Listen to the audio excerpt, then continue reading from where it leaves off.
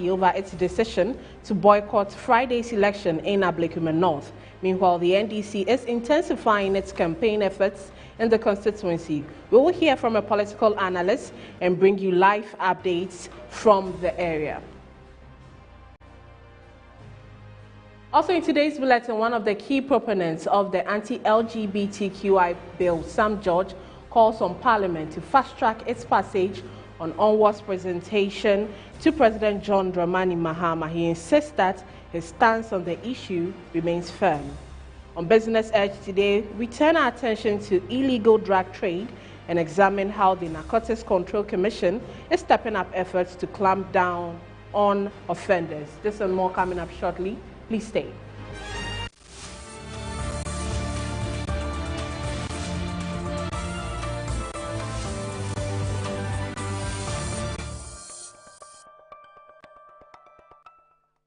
We're also live on Facebook at Metro TV Ghana. Now to our first story, MPP Member of Parliament for Imprisa constituency, Davis Opoku-Ansah, has publicly disagreed with his party's decision to boycott Friday's election rerun in the Abluma North constituency. In a statement shared on Facebook, the lawmaker defended the party's candidate, NACOC Owusu, describing her as a dedicated widow who has made countless sacrifices for the MPP. He noted that the party has maintained a solid presence in the constituency since 2020 and urged party executives and supporters to rally behind the candidate instead of abstaining from the polls. Now, these are excerpts from his statements from his Facebook wall, and I read, "Dear MPP, the truth is, in these 19 polling stations at the center of this matter, the MPP won in 2020, and guess what? We won again in 2024. Yes, the margins may have dropped a bit, but the people are still with us. So why are we boycotting? Why are we stepping back when we should be stepping forward?"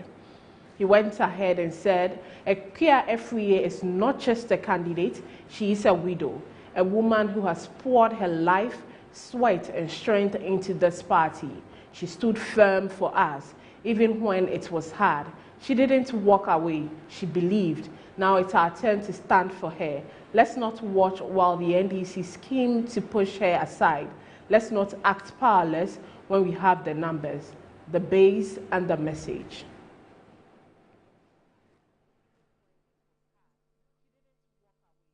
He concluded by saying, "This is not the time to boycott. This is the time to show up, mobilize and get Ekia elected.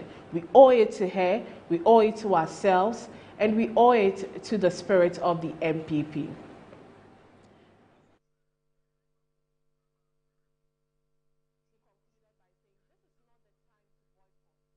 Let's stay a little bit longer on Abluma North as the Member of Parliament for Zebila constituency, Ebenezer Ndembila, has called on the Electoral Commission to disregard the MPP's decision and proceed with the scheduled rerun of the 19 polling stations in Abluma North. In response to the recent developments leading up to the election set for Friday, July 11, the lawmaker emphasized that the NDC is prepared for the event, noting that the party is actively campaigning in the constituency to secure the seat. The rerun, scheduled for July 11, 2025, is part of the Electoral Commission's efforts to conclude the disputed December 7, 2024 parliamentary election results in the constituency. Delivering the ruling, Justice Ali Baba described the application for an interim injunction as unmeritorious, stating that the balance of convenience lies in allowing the Electoral Commission to fulfill its constitutional obligation to ensure the people of Abluma North are duly represented in Parliament. NACOC Efriye had argued that the EC's decision to organize a rerun contravened a binding High Court ruling issued on January 4, 2025, which directed the Commission to collate results from 62 outstanding polling stations and declare a winner based on the already conducted elections. Her legal team, led by MPP lawyer Gary Nimako, told the court that following the January ruling, the EC had publicly acknowledged that only 3 polling station results remained uncollated, referencing a press release issued on January 27, 2025, and a subsequent parliamentary briefing by Deputy EC Chair Dr. Bosman Asare. The court, however, ruled that these arguments did not outweigh the constitutional imperative for the EC to take necessary steps to complete the electoral process and safeguard the democratic rights of constituents. With the NDC be bothered? No, I don't think we are in any way bothered at all that the MPP has decided to opt out of this election. That is for them to decide. If they have taken that decision, it's up to them. But as far as we know, we as a political party, the National Democratic Congress, is all out for a win. And we're going all with full force to win, to make sure that Arabina takes over the seat. The EC should have its own administrative ways of handling some of these things. I think that they know how to do it. If it is that there should be one candidate, a yes or a no whatever vote, whichever way that will be used to ensure that NDC participates in the election. I think the NDC, the Electoral Commission will do that, and we will actively participate to ensure that we annex the seat for the NDC. We have started campaigning in the Abluma North, and our expectation that it's going to be a massive win for the National Democratic Congress. And by 9 o'clock Friday evening, Rabina Oben will be declared the winner for the Abluma North constituency for the NDC. MPP that some few months ago were always in defense of the Electoral Commission has suddenly turned against or has suddenly begin to think that the Electoral Commission is working against them. You see, my people have a saying that if a woman prepares bad soup, her ears is always outside. You know why? Because what she has done, she knows that people are getting to know about it. So I believe strongly they did some bad things, probably, and they are thinking that maybe the Electoral Commission is equally doing bad things against them. So to me, I don't see why they should begin bashing the Electoral Commission now.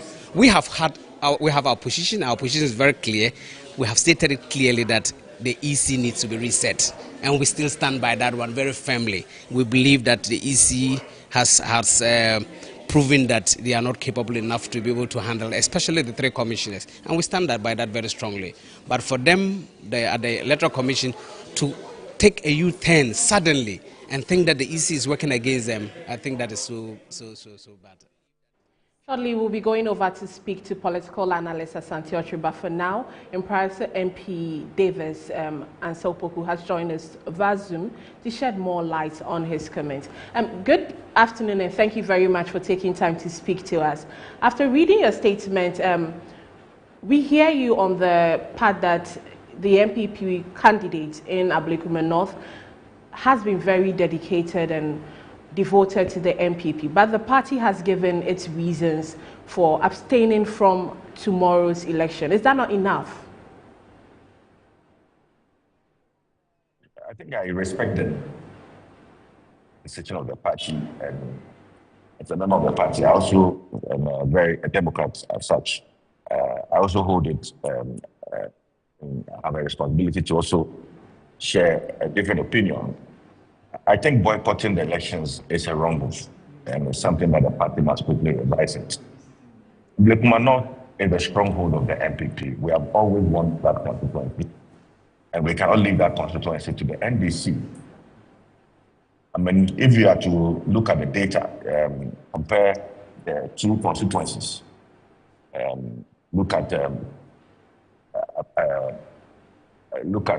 Abluma North in 2020, and also look at Abluma North in 2024. In all these 19 polling stations, the MPP won. So in 2020, in 2024, I mean, we won majority in those constituencies. Just that the votes dropped. And we all know that the votes dropping in the 2024 election affected us across the entire country. But I think it's a different ball game together. The people are ready to vote for the MPP. They are committed to ensure that the woman who won is given the rightful place in parliament. And so we should not be giving up on air. We should go in there, fight all out whilst we pursue other causes. I think that for me would be the way to go. I mean, if indeed we are Democrats, then we should be prepared to chart a path that ensures that there's participatory or there's everybody involved in the decision making. We should not leave this to the NDC and think that because they are in power or because we feel that there will be some machination, so we are not going to contest. For me, it's a test of our popularity even on the grounds. Yes, we lost 2024, but what is it that the Ghanaian people are saying now? Are they okay with us? If not, how are we able to revise our strategy moving forward? For me, those are the areas that, as a party, we should be focused on. Right. But do you see this move by the party as an act of cowardice or a fight for justice? Well, I think initially, because of the court case, the party wanted to pursue the court case. But I hold the opinion that we can be pursuing all two at the same time. I mean, there are members of parliament who had issues with their elections. They were gazetted by the Electoral Commission, came to sit in parliament, and subsequently, the election had to be overturned by the courts, and by-elections were held in their constituencies. And so if we go into this election, and it turns out that some wrongs were done, or some rules or earlier directives by the Electoral Commission were not followed, we resort to the law courts. And if the evidence is strong enough, I'm sure the courts will overturn the elections in the 19 constituencies and redirect that collation should be done in just the 3 constituencies. But we should not leave this fight to the NDC for the lady to win the elections and come and sit in parliament when clearly, as a party, as a country, as a constituency, we appreciate that the woman won the election squarely. I'm sure those who voted for her are still in the constituency and they are ready to vote for her. The MPP was in power. Jesse Kwesi was taken off his seat in Asim North. He went into an election and won again because the people felt that they had voted for him and nobody could use technicalities to, as it were, disallow the mandate they give to Jesse Kwesi. It's the same thing that is playing out here. And so I think that those who voted in those 19 constituencies have not changed. Nobody has been added. Nobody has been taken out. It's the same. Let's go in all out, identify persons in these 19 constituencies and appeal to their conscience. This is a widow who has come all out, wanting to say she was elected member of parliament, she lost primaries, she got opportunity to travel out, and she's back. I mean, spending resources just to ensure that she represents the people of Abluma. And it reflected in the boss. She won. So in all these 19 areas, I think that we are strong and we should go in there and win the seat and let Queer Efri join us in parliament. So as I speak to you, I'm on my way to Abluma. I'm going to join her to campaign, and I know that tomorrow, God willing, she should win the seat for us. Right. Just because when I look at your statement, you've been very bold, you've been very confident in the MPP's power and ability in Abluma North. But just so I can hear it from your mouth without mincing words, how confident are you that the MPP candidate in Abluma will win the elections if the party goes ahead to partake in the polls tomorrow? Well, I think all is not lost. I think we should go in there. All is not lost. We have allowed some space. The NDC has been there campaigning and reaching out to people in all these polling stations and all of that. But it is our constituency, it's our stronghold. And the people appreciate that they were promised Women's Bank. None of that.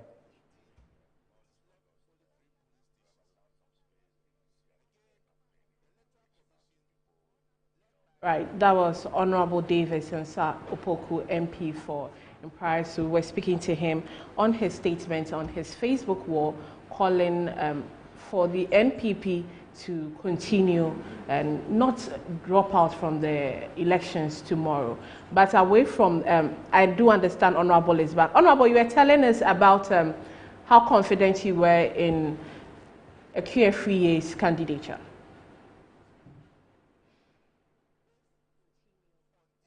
Can you come again? I think the line... Yeah, before the line dropped, you were just telling us about how confident you are in a QFEA's candidature.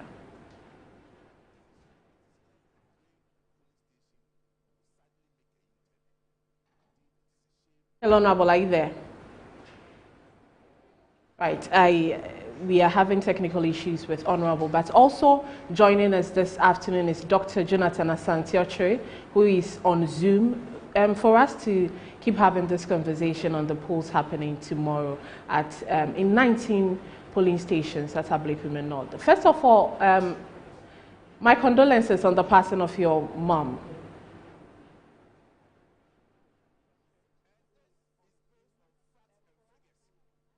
Mr. Asante-Okyere, are you there? Can you hear me? Okay, I do understand we are working the lines. The technical team is working the lines to get Mr. Asante-Okyere on the line, but I do understand that the Mpriso MP, Mr. Davis Opoku, is on the line. Honorable, if you are still there, before the line dropped, you were telling me about your confidence in the candidature of the MPP parliamentary candidate in Abluma North. I'm saying that looking at the data, I mean, if you were to compare the two previous elections, that of 2020 and 2024, the MPP won in 2020. Even in the disputed pink sheets that have come, if you look at them on the face of the pink sheets, they are clear that the MPP won. I mean, we won by some 663 votes in all these polling stations. Though the votes have dropped, I'm very confident that when we reach out to the people and let them appreciate the position of the MPP and the fact that we need a QFEA to champion the needs and the wants in those constituencies, they would reason with us and elect. And so I'm very confident, though we are late, but I'm very hopeful that we're able to get the people to vote for a QFEA tomorrow.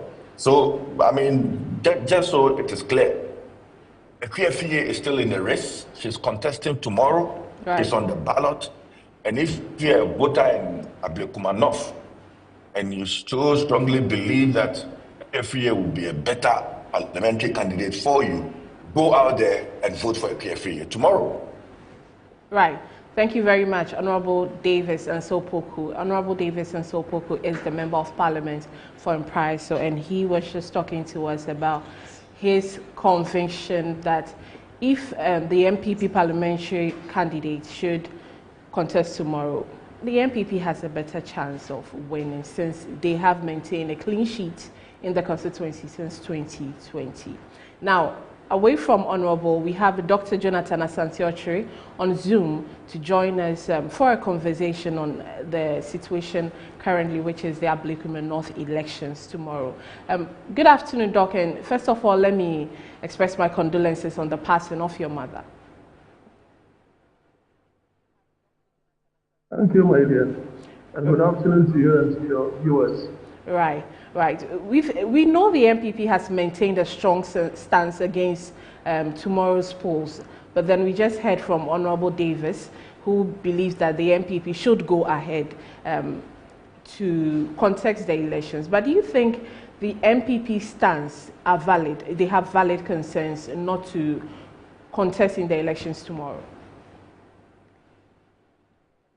Well, let me start by saying that it's quite interesting the MPP is taking a different stance against the EC today, just a few months, out of government. I will say that, look, they have created the very poison that they are tasting. Some of us have always condemned the EC for their inefficiencies that they have displayed over the period. I'm of the view that the presence of peace does not mean that there is the absence of war. We may be sitting on the time bomb if we are to keep this particular crop of places.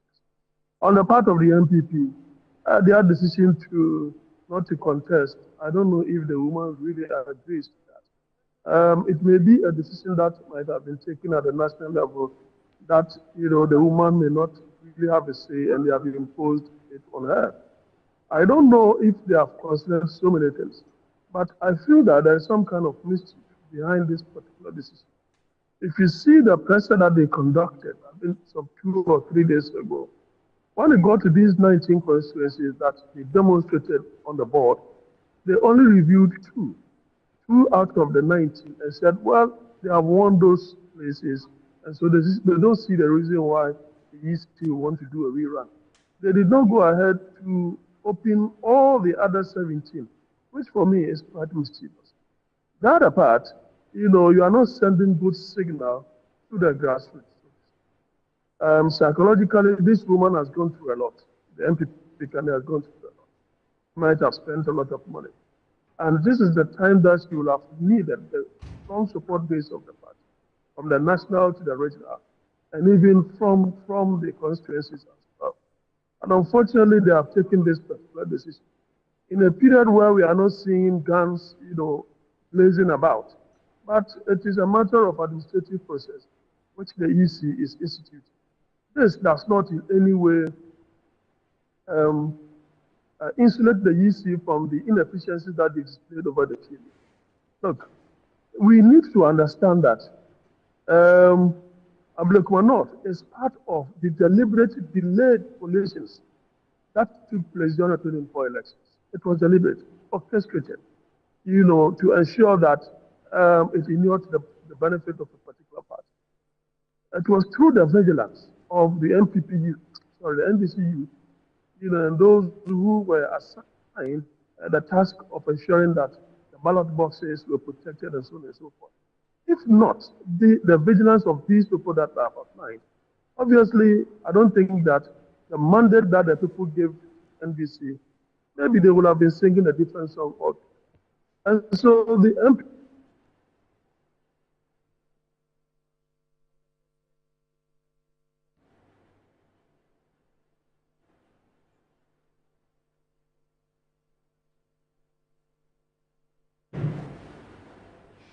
That was Dr. Jonathan Asante-Okyere. He's a political analyst, giving his take on tomorrow's polls, elections at Abluma North constituency. But let's stay on Dr. Jonathan Asante-Okyere, who was making a point. Doc, please continue. Yeah, so I think that the MPP checking out in the last hour is quite unfortunate. I don't know the podcast calculations that they have done to reach that particular decision. Probably they think that the 88, if you get 89, it will still not change the dynamics in Parliament. Therefore, it is not necessary for them to go and waste money. The other part, if you look at the goodwill that the NDC and the President Mahama and that of the Vice President, if you look at the goodwill that they have with respect to Ghanaians, there is a more likelihood that the momentum is with the NDC and they are likely to win the elections. And that's the more reason why I presume the MPP is taking that particular decision of taking it out.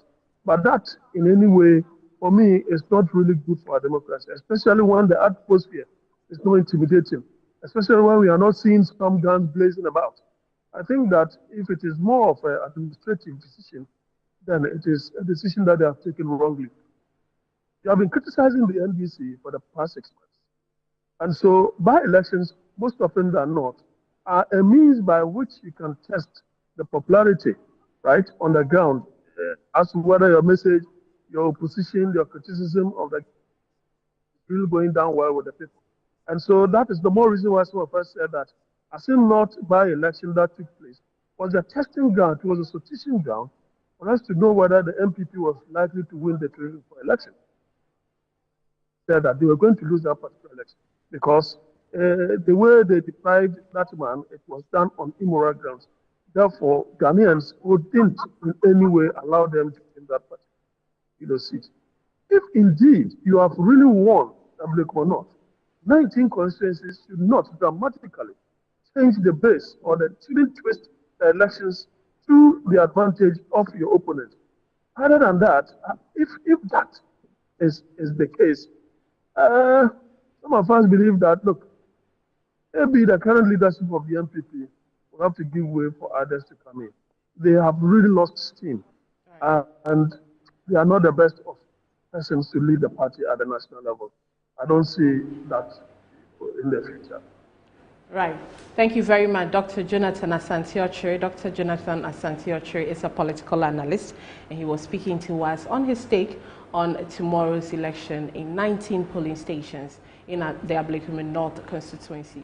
Let's still stay on Abluma North because the Majority Women's Caucus in Parliament is urging voters in the 19 polling stations within Abluma North constituency to turn out in large numbers and support the NDC candidate Abluma North in Friday's election rerun. The caucus made the appeal during a night campaign held in the constituency on Wednesday.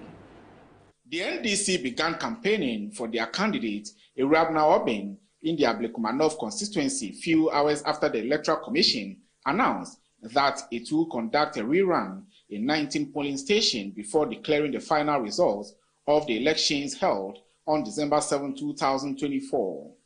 With less than 48 hours to the day, the Majority Women Caucus in Parliament, led by the First Deputy Majority Whip, Comfort Doyo Kujo, visited the constituency and conducted a door-to-door campaign on Wednesday, imploring residents to vote massively for the NDC candidates to bring development to the area.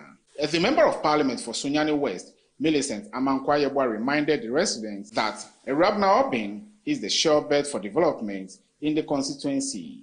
The women are up because we have Vice President who is willing to support the women. Apprenticeship program is launched. 24 hours is launched. Feed Ghana is also launched. And so we know the good deeds of His Excellency John Dramani Mahama. As our leader rightly said, she is the only one who can go closer and lobby well. We already know where the seat is. And so when we came today, it's clear on the streets that the masses are ready and nothing will change that. Deputy Local Government Minister and MP for Ladade Kotopon, Rita Odole Soa, urged the residents to support the government's reset agenda by voting massively for Abluma North. They need a lot of development. His Excellency John Dramani Mahama is in power. So you need to, the Ghanaians have a proverb,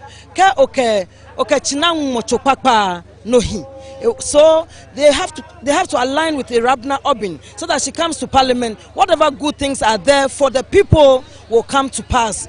In Abluma North, they will definitely see the difference between NDC and then the MPP. But we want to tell them that everybody should come out in their numbers to come and vote for Abluma North number 2.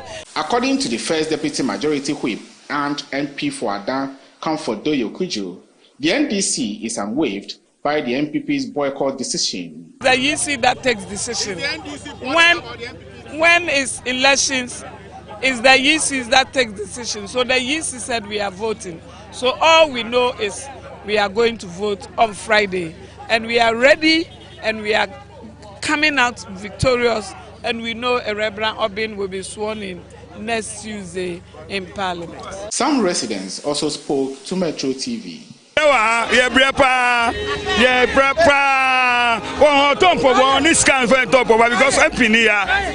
oh, as MP one come get tani nyina kama and around so ba anso niam bebre ayi assistant Abluma enya ye don papa once one tell be adla so me dey ejo ma mejo mama ntuli bi mama mfeli bi wona po. Ahead of Friday's election in Abluma North constituency, my colleague Eko Sechisaki is engaging with some of the residents in the constituency.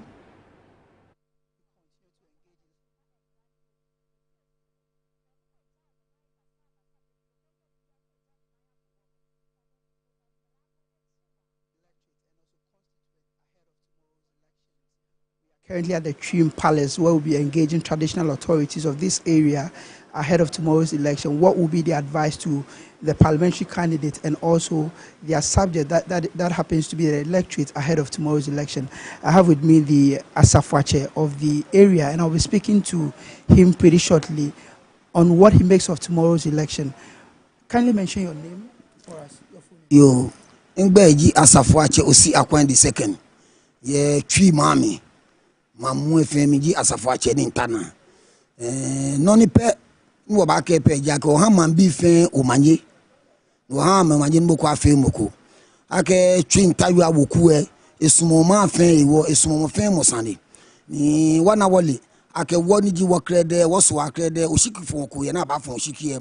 Ye neke party se nyone MPP NDC neke parliamentary no gbomona atawo ne no pen wo ko man bi peja mo fe mo ana e wontwi no ne nyubo somo no efio wo menyo ni ya na man fo ni gi erabran obin ke nana ekuafi ye won pa me fai amia ni ametwi abashi na me ke amesabi mo fe mo ka fo shike mo ni ba yi eye agbono ko bra nya bi ake mo ko aka ni mo ko ba wole e ba le shika ino ne sa ne afi e ake wala hinya modi ba buska ke ba buska be ke mo ngba bi ye yo ya che bi ye ko na mamba dumoshi mo kwa aka iska ne afi basa wo ya na enwe mo ko fon shiki e pe ke ko ba o ba se din ko fon shiki ke bo ba se din ke she be na ba kan ye ko ya dumo se flen ke ko kwa kan mo ka gbe na mo no dumo se ye kuni ke ko nya ke wo nya nwe wo nya bonisa wo ka nya wo ka shi bokola ni afi basa ke ntin ke no ku no pe wo pa ma twi ma wo pa ma bi fe fai o blayin ko blaye yimejin ke yemejin ba fon shike for so wa mo fe ma na ma fe mo duro mo na me nya ma fon shike hwehwehwe ko ni menyo no ni ba fe le duro mo. Metro News is out there in the Abluma North constituency gauging the residents' reactions ahead of tomorrow's elections in 19 polling stations in the constituency. And there, what you just watched was the Safuache of the area calling for peace and calm among electorates tomorrow and telling them to uphold peace. He also called on them not to prioritize money and above every other thing. So let's go back to Abluma North constituency to speak to more residents. They will be speaking to me ahead of the elections. What are the anticipations? Are they really prepared? Are they going to cast their ballot or not? I'll be speaking to them briefly. Boss, you are live on Metro Television. Yeah. What's your name? My name is Kwame Fusu. Where are you casting your ballot? Abluma. Metro area. Great. Tomorrow is the day. How excited are you? Because we've seen Abluma North parliamentary election results witness a number of chaos, and also it has delayed for some time now. You don't have a representation in parliament. What is going to influence your vote tomorrow? Our influence tomorrow will be determined by how I think the security agencies will be going about their normal duties. Because we are not all that violent over here, as people have been saying. Sometimes, somehow, it depends on some of the security agencies. They will be here, and as if they will be at the other side of it. You see clearly that this security man over here is either the other side of the party. So that makes the people vex over it, so that whenever there is going to be a count out, people may know where you're from. So they start from where this thing is. Yeah, I'll come back to you pretty shortly. So you just heard an electorate indicating what they expect from the security agencies in order to ensure that they witness a very successful and a smooth elections tomorrow. I have one lady with me. You are live on Metro TV. Can you mention your name? My name is Lizzie. Great, Lizzie. What are your expectations tomorrow? Well, I'm just expecting things to go normal, like we have a normal election. Just peaceful, so that everything will... So I'm just praying that things will be calm, like always. Like usually when we vote, everything is calm. No violence or anything. So that's all. I'm sure this is not the first time you are going to cast your ballot. You've cast your ballot in the past. What is the one key thing that is going to influence your decision as to the direction you'll be going tomorrow, whether you'll be going to the NDC side or the MPP side? You don't need to tell me the exact place you are going, but what will be the one thing that will influence your decision in tomorrow's elections? Well, I'm not a political person, so like I just listen to what they have. If it's good for me, I just go for it. I'm not really a political type, so I just go for what is good for me and it can benefit me and my community. Mention one thing that you think will benefit you. Oh, well, I mean, jobs, good roads, and other stuff. At least something that you can easily. And my only worry is sanitation around this community. So I think for that. I'll come to you briefly. So I'm still interacting with some of the electors ahead of tomorrow's crucial election. Although the New Patriotic Party indicated earlier that they've pulled out of the elections, and their parliamentary candidate Nana Akio-Osei filed an injunction to halt the elections. But yesterday we heard that that particular injunction was thrown out by an Accra High Court, meaning we don't know if they are going to still pull out or they are going to participate. But I'm still engaging with the electors tomorrow. Boss, you are live on Metro Television. What's your name? My name is Tete Eric Benjamin. Yeah, Tete, Mr. Benjamin, Mr. Tete, tomorrow is the D-Day. I mean, the big day. I'm sure you're going to cast your ballot. No, I'm not among. It was selected people. So it was selected people. I'm not among. But regardless, you are still in you live in the constituency. What is going to be? What are you expecting from the parliamentary candidates who will be elected tomorrow? What do you expect him to do when it comes to transform the lives of the people? Expectation, we need a very beautiful expectation and a lot of expectation we want it tomorrow. Because we want free and fair elections. And one, we want the security to be very much here. Because if there is going to be election and there, we have some, petty-petties, how do you call it? Petty-petties, how do you call it? Violence and so on and so forth.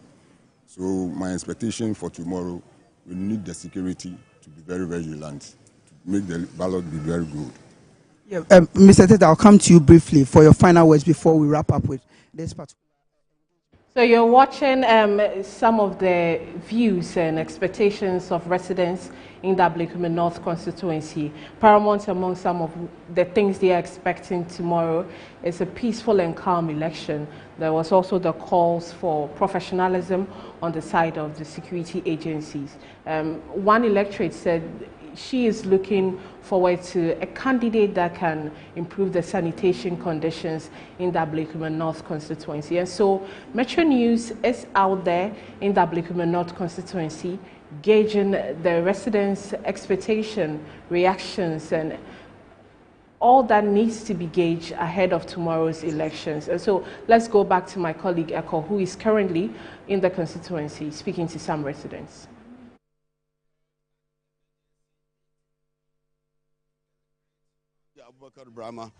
I'm the Abluma North MPP organizer. Yes. I'm welcome all of you here. It's good that you are here, but you all know that the MPP party has said that they are not partaking this election. But on the most serious note, the party said, but our people, our supporters in the constituency say that they are not going to listen. Because one, as the party said, that they are not going to take part of the election, but our candidate name has not been taken out from the ballot. This morning, the Electoral Commission has given us a pool of notes, and it's there. So if the Electoral Commission has not taken our candidate name out of the ballot, so they are also not going to sit down and look for the other party to do whatever that they want. So they are going out to work and make sure that the previous vote that they vote, they are going to prove the NDC wrong, that if the MPP is not going to take her, but they as a party here, the supporters, they will go and work and bring the winning to NDC.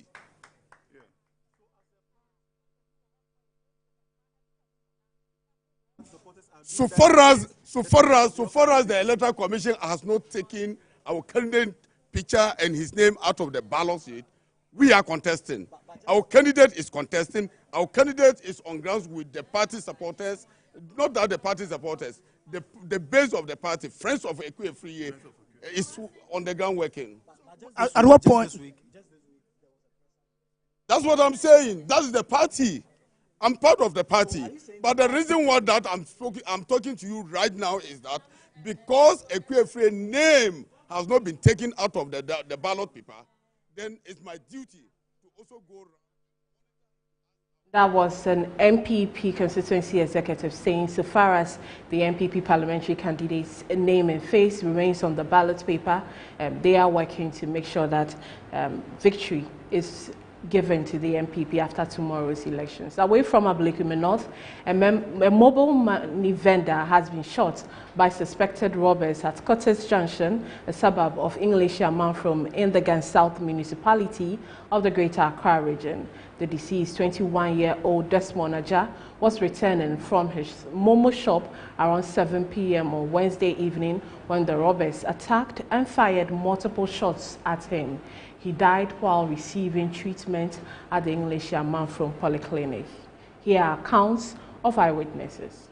Again, in fact, he's a customer to all of us at the junction there. So everybody is closer to him. So as at 20 past 7, I came out from my room and I met him and I said, oh, Desmond, I will need an amount of 150 cedis. You know, he said, oh, he's short of cash. Then I rushed to my office to pick cash. On my return, I heard a gunshot. And then there's one woman rushing. Then the children told her that she should stay back because there is a gunshot. I was in a room and they came and told me that it was my brother Desmond that they were shooting. So, City or Channel 1 News, I know you go far. Please spread this for us. The security system here, I was referring to a brother. I used to go to cantonment, and within 6 p.m. you see police patrol. We just have a police station closer to us. They pick these young guys, baby police. Even if we can get them around to be roaming around within 7 o'clock, 6 p.m., it should help us. Desmond closed 7 p.m. and then he's shut down. They see, NABBI ordinary. What do you say? Like, according to the information I say, time, and the people who did that, they are among his friends. Kind of friends, so he's come to the family house for help. So, but me and Muti shots in the second shot, they couldn't come out. It's no more inside, almost the air course. They was like observing everything. Now air course. And so say ordinate chamber, say magic bag na allow him to go. But say kofu home any minty. He's going to sell them minty. Won, I know air then. Omo investigate him very well because say like this is not the first time. What is a motor phone and Kasam? I want the government should do something about it. Or Biokita motor bia on insurance and I say on to me use the motor. She didn't work with the motor. Because this was the motor none of this sense who because motor none of this sense. They can't use car, they can't use it, it's motor bicycle. And this is not the first, it happens every day. Away from that sad development, one of the proponents of the anti-gay bill, Sam Nate George, has urged Parliament to expedite the approval process for the anti-LGBTQ bill for onward presentation to President John Dramani Mahama. According to him, his position on the matter of LGBTQ+ remains unchanged. His comments comes after public concerns were raised regarding Ghana's decision to abstain from a United Nations Human Rights Council vote to renew the mandate of the independent experts on protection against violence and discrimination based on sexual orientation and gender identity. Sam George says he has taken note of the full statement Ghana made on the floor in relation to government's position on draft resolution L24, adding that he aligns fully with the letter and spirit of the text. However, he said he could not, in good conscience, understand the decision to abstain in the subsequent vote. Here is Sam George's statement.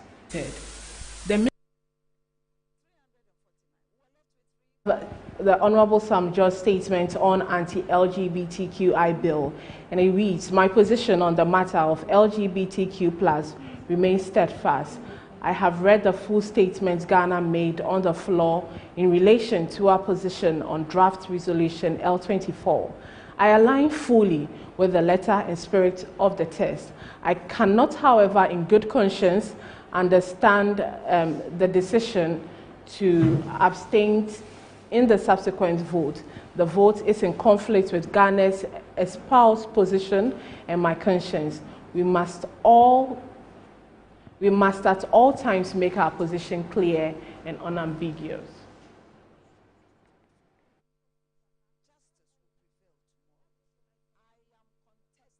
Let's go back to Abluma North, where the MPP parliamentary candidate is addressing the press.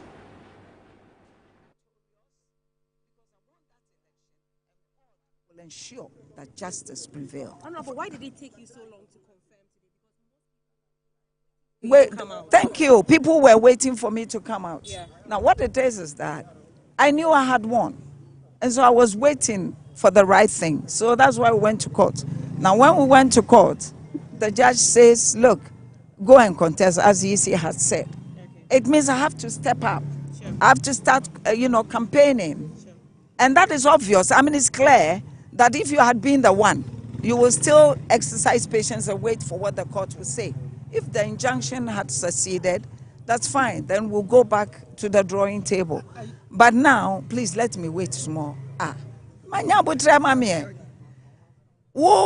So after that, then I have to recoup myself, come back together and see. So when I realized that the support is so massive, people were coming here asking me to contest, not to withdraw. They are going to vote for me, and that they voted for me, and so I shouldn't relent. My dear, I won. I am not afraid of anybody. Yeah. I am a politician. Yes. I am standing firm and go through this contest. And trust me, tomorrow you hear my name. The MP elect in Abluma North is Nana Ekuya Owusu every year. The case was determined yesterday. Today, when we came here, we've not seen any of the national executives around. Are you getting the support of the national executives? Why should you ask me this question, my brother? No, we've not seen because we've seen from your opponent we've seen a different question. Let me answer you. I say I am contesting. Dia upese who one say abana ye kwa kotono. Wudin baba ballot paper so na anya sa. Me din baba so abana ye kotono. Why you prepared to send microphone paper? Are you prepared that people are come out to vote for you? Yes, I am prepared. And are you sure you're going to win? Yes, justice will prevail tomorrow. These are the questions I'm expecting you to ask me. Your concentration is on your national executives, your party, and all that. Please ask me a different one. We are Minuya. We never your deal. We are Minuya.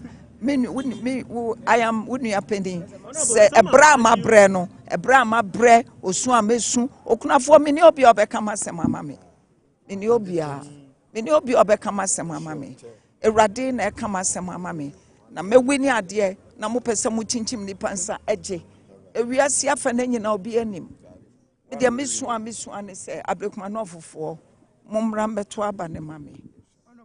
Rambe Twaba ne mammy.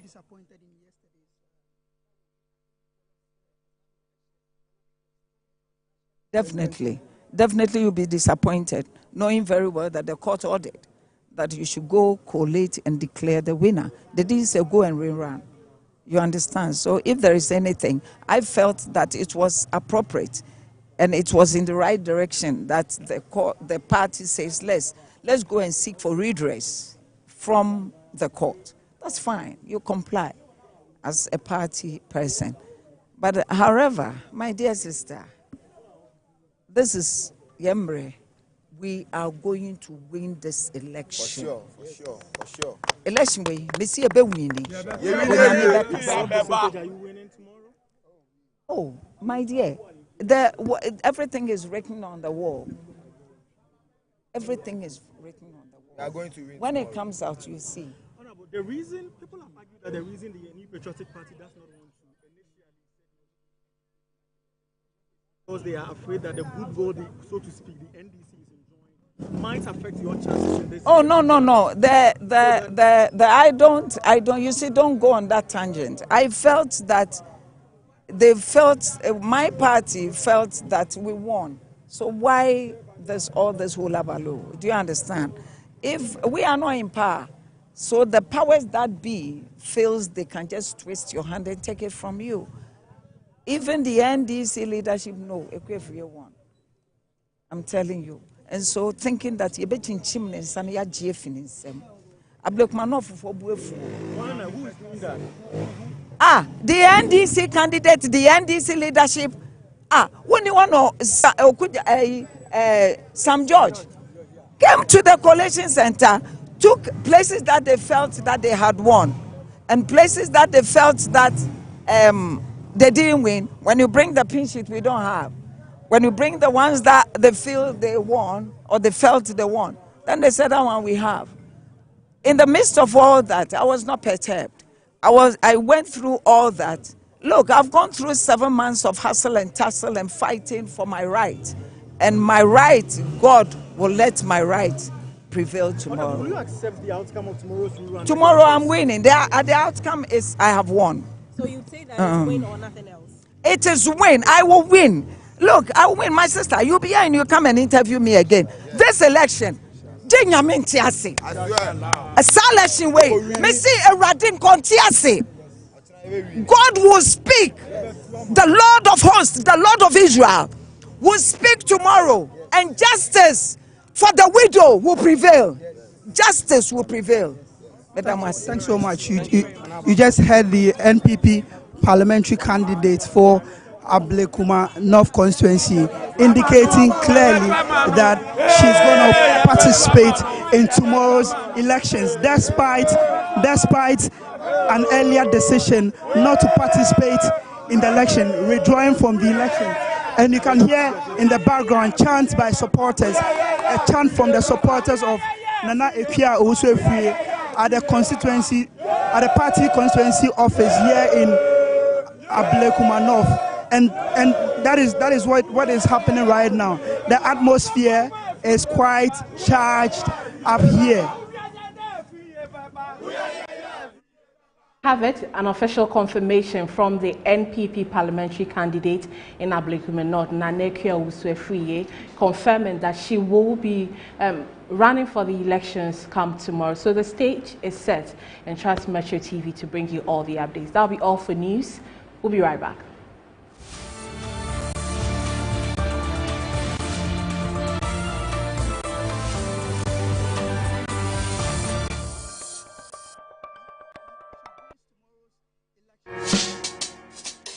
Whether you're a wholesaler, retailer, or consumer, MNC Logistics and Trading is your trusted partner in minerals and food commodities trading. Experience the difference with MNC Logistics and Trading for your commodities trading. We operate a well-equipped laboratory that smelts and assays gold to ensure transparent, credible, and reliable minerals transactions. Our general food commodity market deals with imports and exports of food products such as rice, sugar, and grains. We pride ourselves on delivering products that meet the highest standards of quality and taste. With our expertise in international trading and logistics, we bridge customers far and wide. Locate us at number 4 Neosai Interfo Avenue, East Legon, Accra. Call us on 030-299-8246 or visit our website www.mnclogisticsandtrading.com. MNC Logistics and Trading, hub of confidence.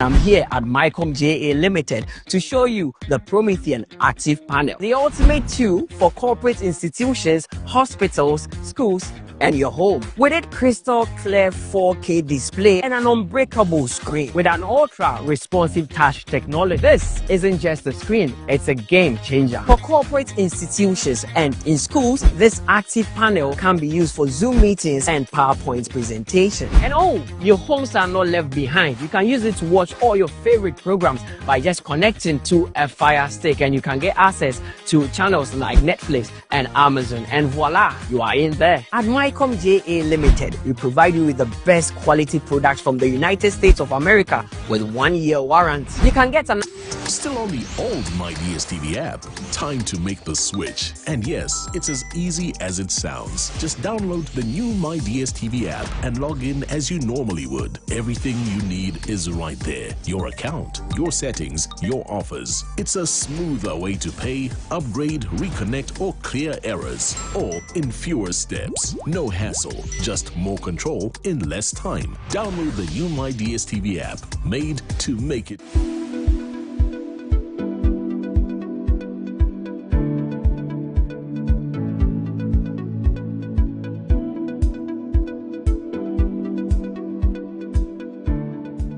Right, thank you very much for tuning in to Metro TV. This is a special day and we are coming your way live from a very special place. I'll be telling you about where we are shooting from today in a short while and the special guest that we are having this afternoon. When you see us like this, you would realize that, of course, we are not coming from the studio. So he's done us the honors of allowing us into his office to come and have this particular interview. I am very sure that it's going to be exciting. We are hoping it will not be controversial anyway, but it will be very exciting. This is Business Edge, and you are welcome. I am Kwesi Afriye. I'll tell you where I'm shooting from when I come back from this break. Stay with us.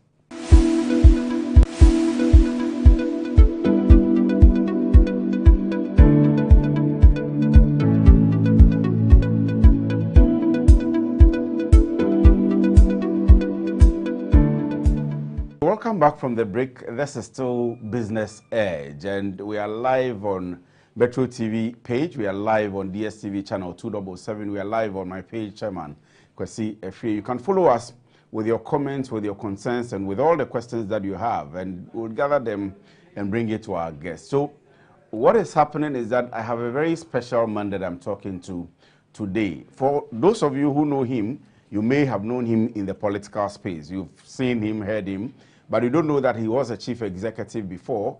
Maybe you know that he is a lawyer as well. You don't know where he has been practicing and then now transitioned into the political space. I'm speaking this afternoon to the Deputy Director General of the Narcotic Control Commission, Lawyer Alexander Chung. Very much. Lawyer, good afternoon and thank you very much for allowing us here. Thank you.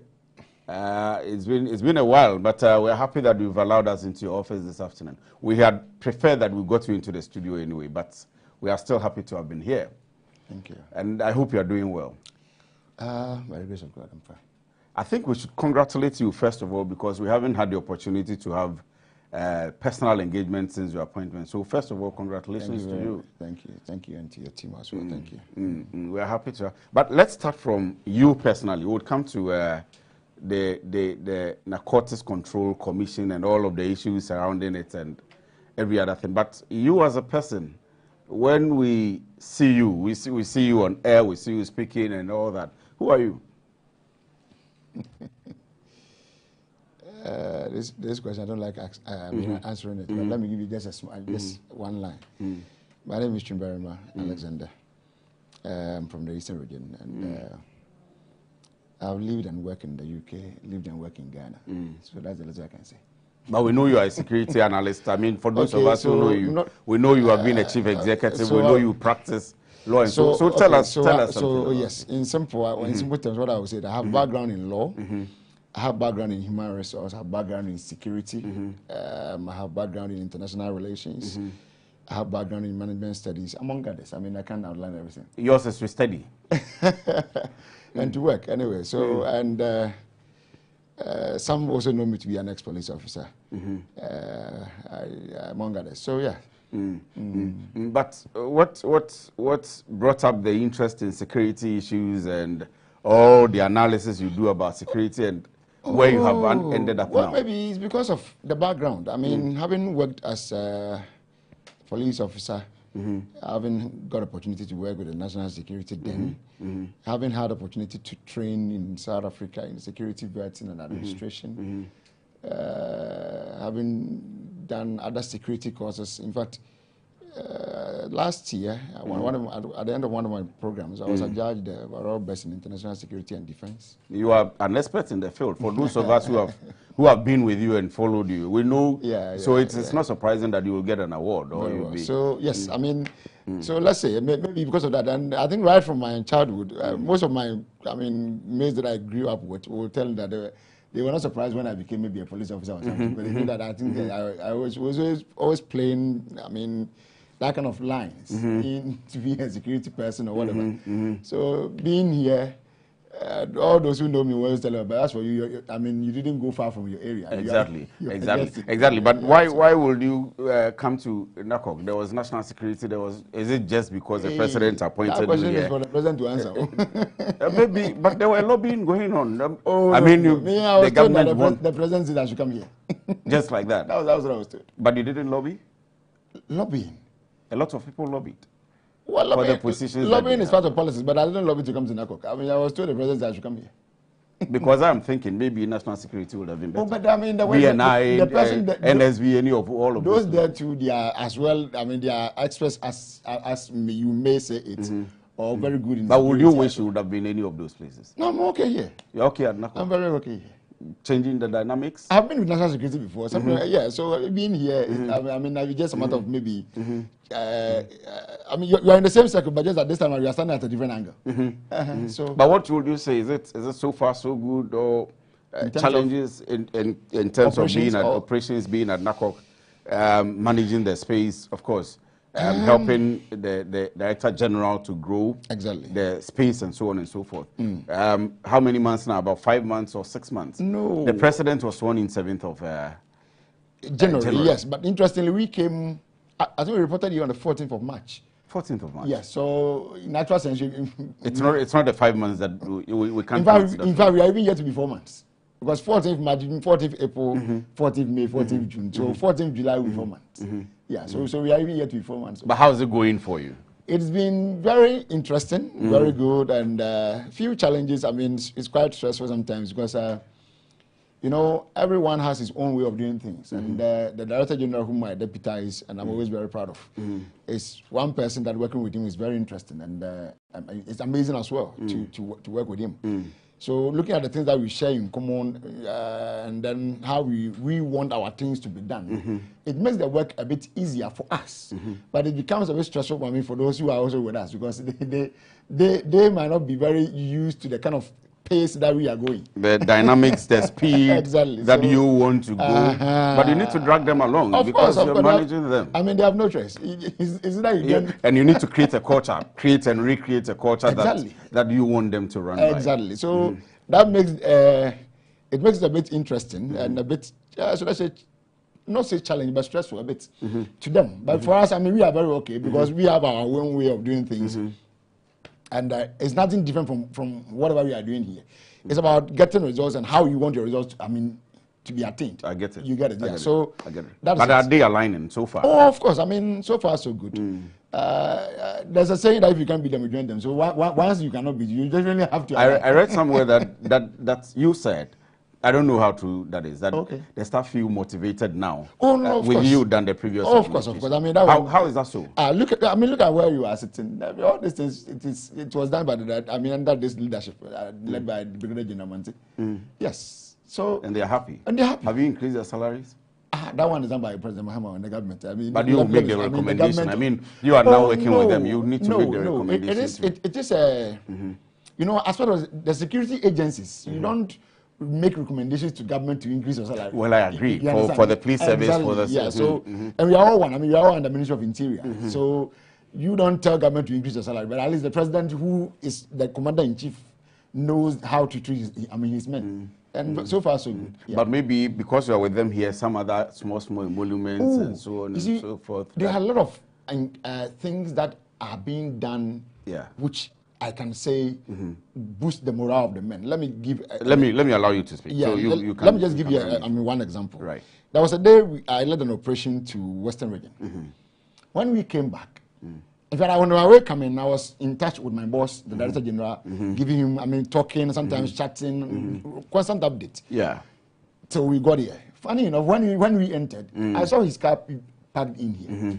little did I know that he has arranged some kebabs and other things for the men to come and enjoy. Even ask them immediately they got that. So you're building the cordiality exactly. and the fraternity. And it was interesting. In fact, I was surprised when he got down. We formed up here, reported to him, gave him the initial briefings, and then went ahead to detain the suspects that we had brought.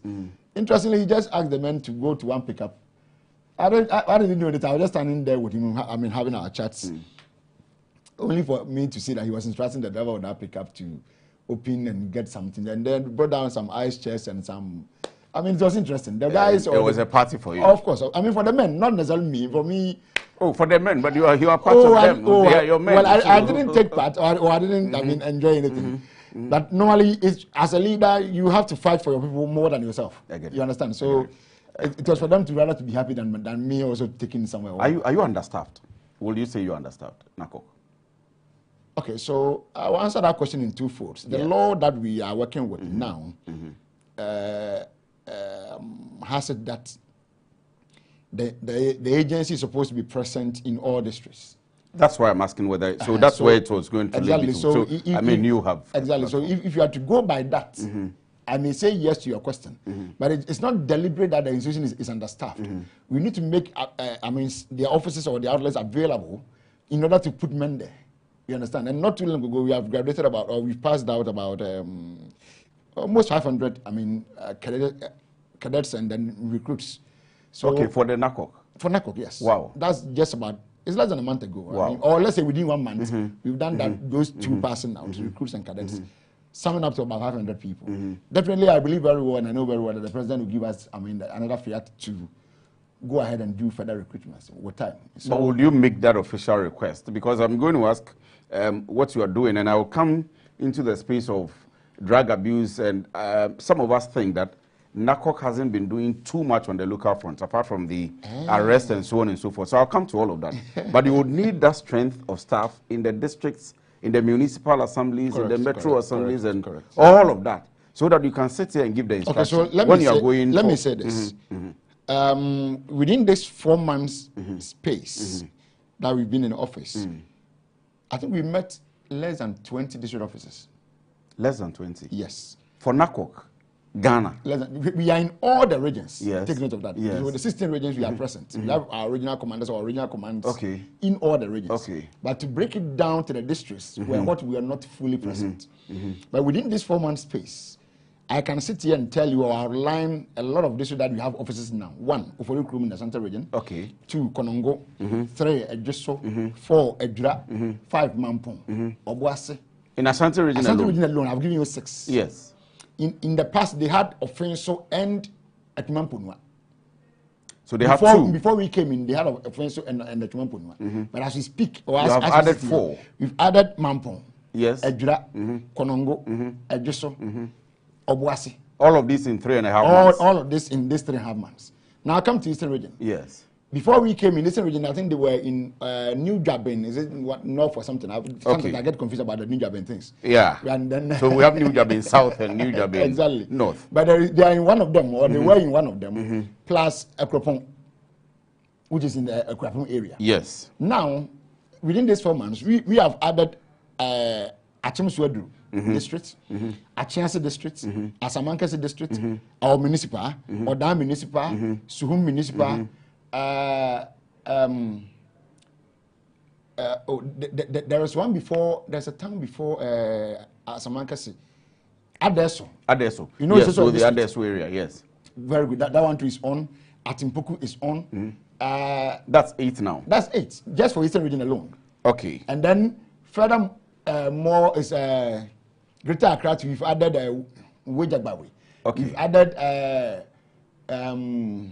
We need one at Amasaman district. I mean, we are liaising. The Director General has not because I live there, but I know the operations there. I get you. We need one there. I get you. What we are doing. But this is impressive. Oh, of course. So Ashanti, Eastern, and then Greater Accra. I mean, I can mention. Even Volta region, we've gotten South Tongue, we've gotten Keta. But do you have physical presence there? Are you collaborating with the district assemblies to offer you space exactly, so you can exactly what we are doing. Exactly what we are doing. The Director General, instructed me to go to Eastern Region to look for all these offices among the others. And interestingly, most of the district assemblies or the MMDCs are ready and they are giving us all the support. Some are right. In fact, are they happy to see you there? Oh, of course, of course. In they fact, want your presence there. I even forgot to add Bosomtwe, my own constituency, Bosomtwe, Asante Region 2. I mean, the Asante Region 1. It's also coming up. And all these ones, it's not just district that has been just given or created on paper. When we go there, we'll see. Men are being posted there. I think they are all going to resume at most by the next week or 2. Wow. That's impressive. Yes. Within this short period of about 3 months. But that then will come back to my initial question, that it means we would need to recruit more people. So you need to change the president. You need to ask President Mahama to open up at least the narcotics space. The president chairs the National Security Council. The president is the commander-in-chief of the security, of the Ghana Armed Forces. He knows and have, updates on every other agency's, weaknesses and strength. You understand? So when it comes to numbers, from police service to the last institution, everybody, and the numbers that we have, we have to compare our population or our strength per the current, the population ratio. It's definitely going to be very minimal. And for that reason, the numbers, we can never stop recruiting. So definitely there will be recruitment in the course of time. Let me take you back from the beginning now. Maybe because I know you, or because seeing that, we are talking about NACOC. We know lawyer. Lawyer has been posted here. What exactly is the mandate? So people will just know that NACOC is part of the security institutions, institutional setups, and so on and so forth. When we say NACOC, what's NACOC? What do you do? What's your mandate? In simple terms, we fight against narcotic-related substances, or the topmost is cocaine.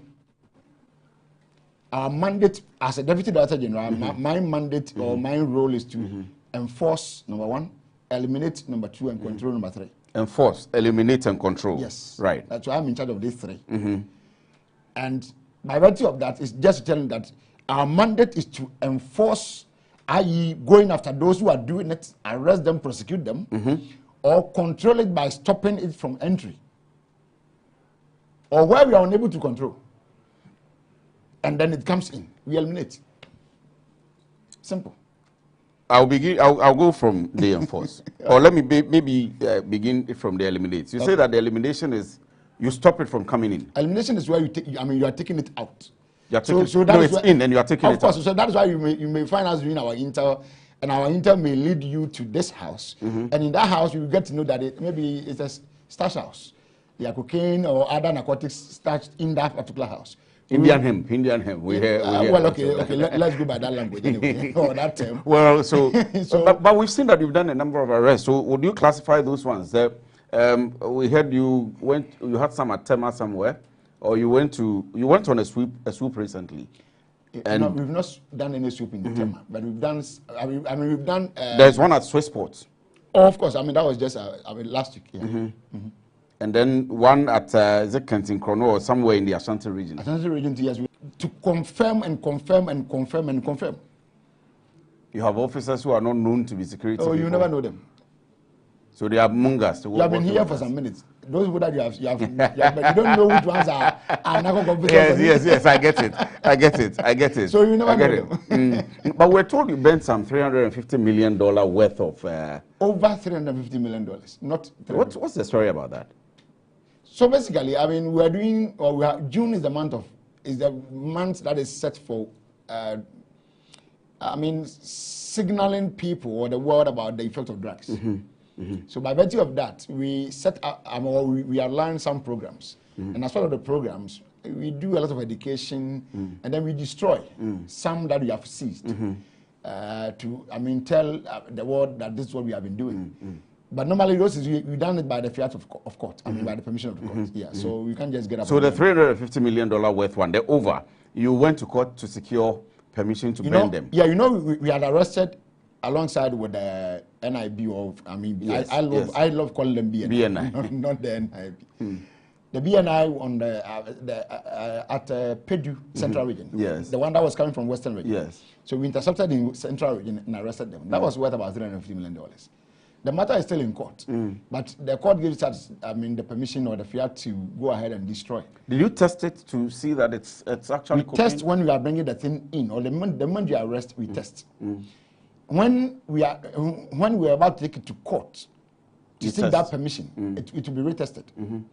When the court gave us the permission to go and destroy, we will test again. So at the destruction point, at the destruction point, your people were there. I don't know whether this can. Yes, we had some of our reporters. They were there. It was done in their physical presence. In fact, I was the one who. I mean, I was with the. How do you call it? Is it the GSA team that came? I was with them. And I ensured that they showed it to the cameras, everything, how they were mixing all the $350 million. Oh, we don't not one passed, one. Oh, but none of them passed anywhere. To where? To my house. Oh, no, of course. I mean, when it's you, everybody will follow you. There are people, we don't need because if I am there and you are burning $350 million worth of. You see, let me tell you, I know it is a business for people. Yes. But for me, your business is not my worry. I was telling somebody who came to my office this morning, a gentleman who was not fully connected, but he had an effect of an action that we took.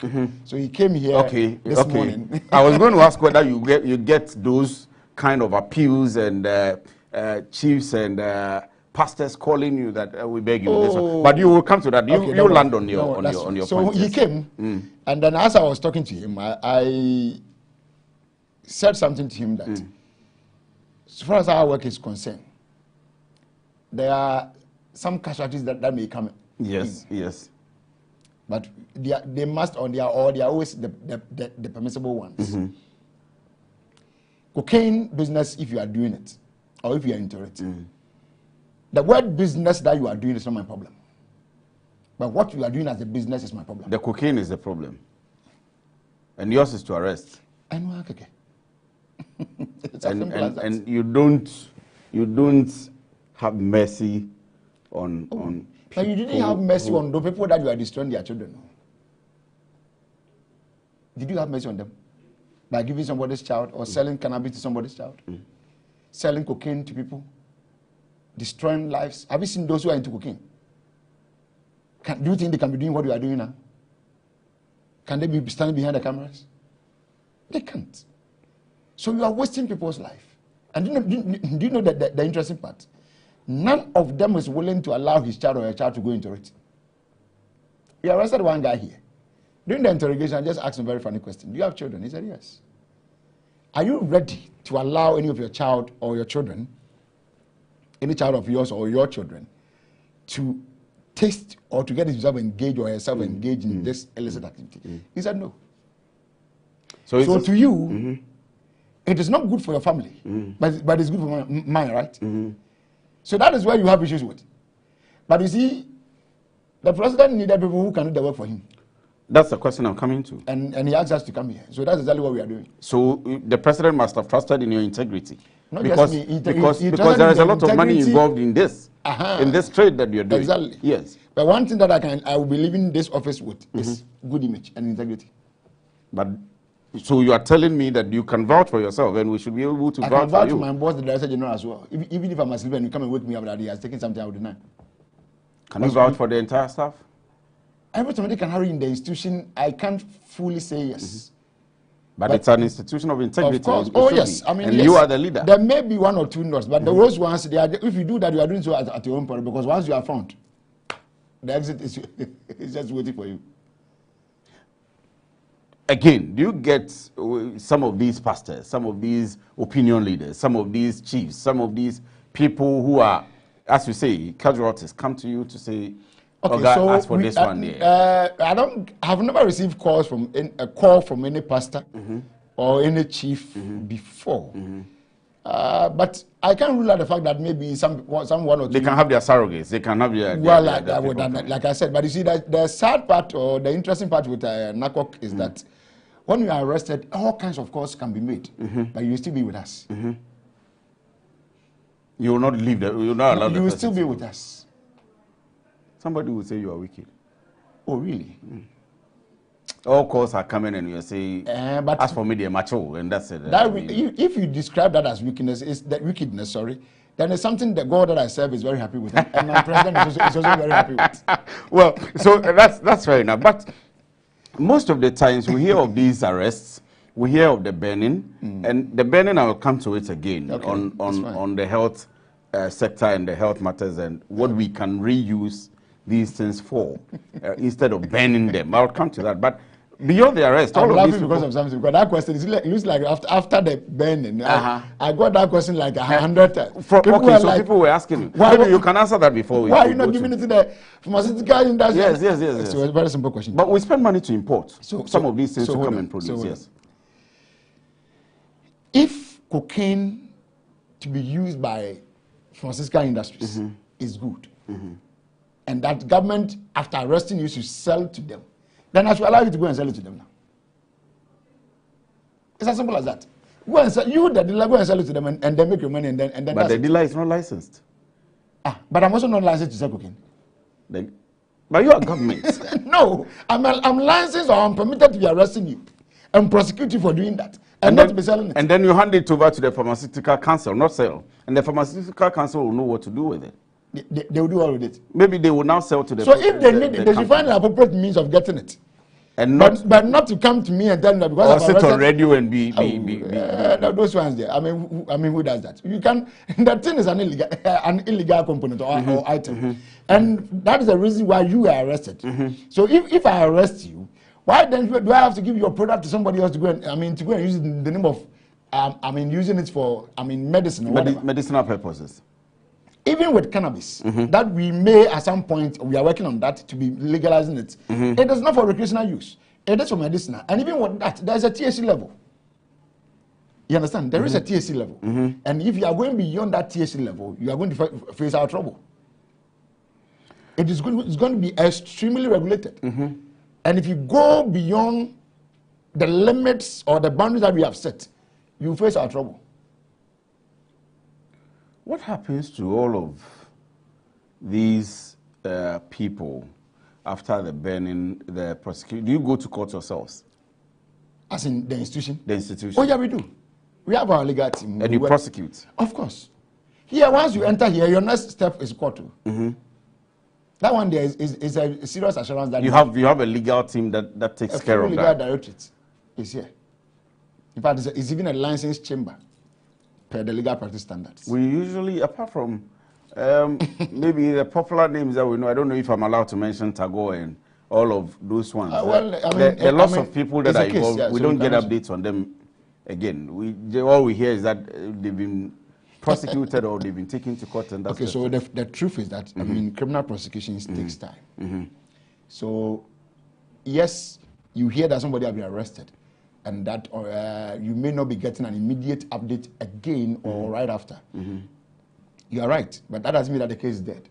Here, since we took over for the last 3.5 months or more, there have not been any acquitter with any of the cases that we have, from cocaine cases to cannabis cases or whatever case that we have been dealing with, red and co that we have been, arresting pharmacy operators or whatever. Locking shops. Today, in fact, if I knew, I forgot, I would have brought down a letter that I received this morning from the Pharmaceutical Council. Yes. Appreciating the work that we are doing for them. Locking pharmacies. On the red? Of course. And we continue to lock more. If you are selling it to me, I'm telling you, I always tell you. But it's a campaign that I would have asked about. So once you brought it up, let me ask it. The Minister for Youth Development and Empowerment, Honorable Opariado, has been championing the agenda in partnership with the National Youth Authority, Osman, all of them. But we haven't seen you in that. Are you part of them? The very day they did the launching of that program, I was invited. I mean, they invited the commission and I represented. But it should be led by your institution. Oh, you see, the campaign against drug abuse. Do you know why Opare is taking that? I mean, we are doing. I understand Opare because it's the youth. The focus is on the youth. Make sure that the youth don't get involved in all of this. They are extremely involved. That is why it's of much concern to him.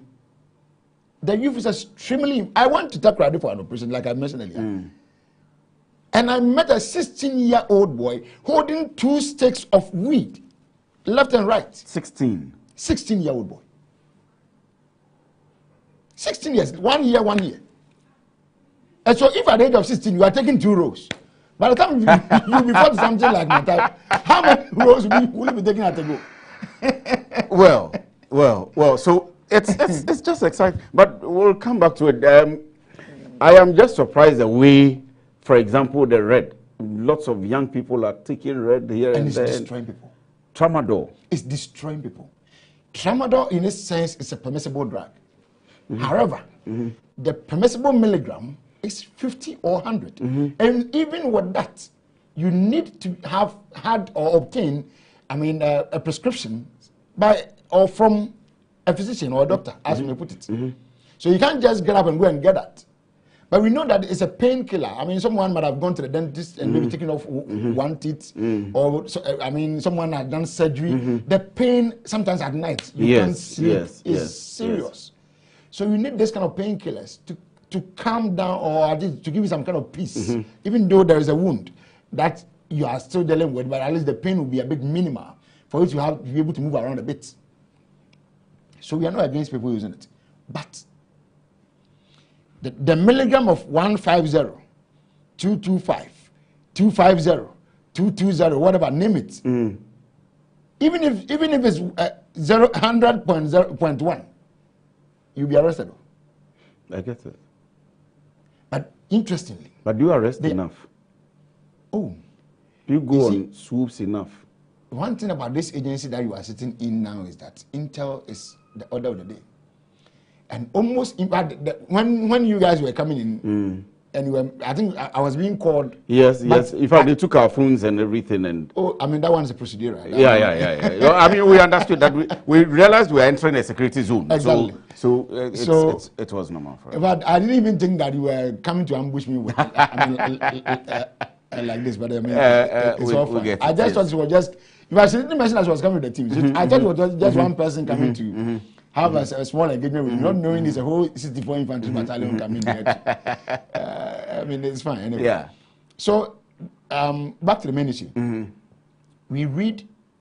I just left a meeting to this very one that we are having. Yes. And in that meeting was an intel that we've gathered about some areas or a region which we need to work on and then strike. And so we are going to strike. Oh, you hear it. But the good thing is that you only hear after striking.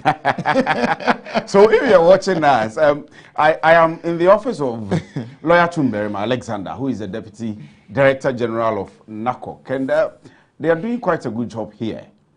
He's allowed us into his offices this afternoon. And I'm sure you are excited or you are enjoying the conversation this afternoon. I'll take this quick break. When I come back, I'll ask him about what their new plans and programs are for the next year, the next 2 years, and how we should be expecting or how we should look to see NACOC. If we have time still, I'll ask him a few things about national issues. Not controversial, but I'll ask him a few things about national issues. You just want to lock me. Stay with us, we'll be right back.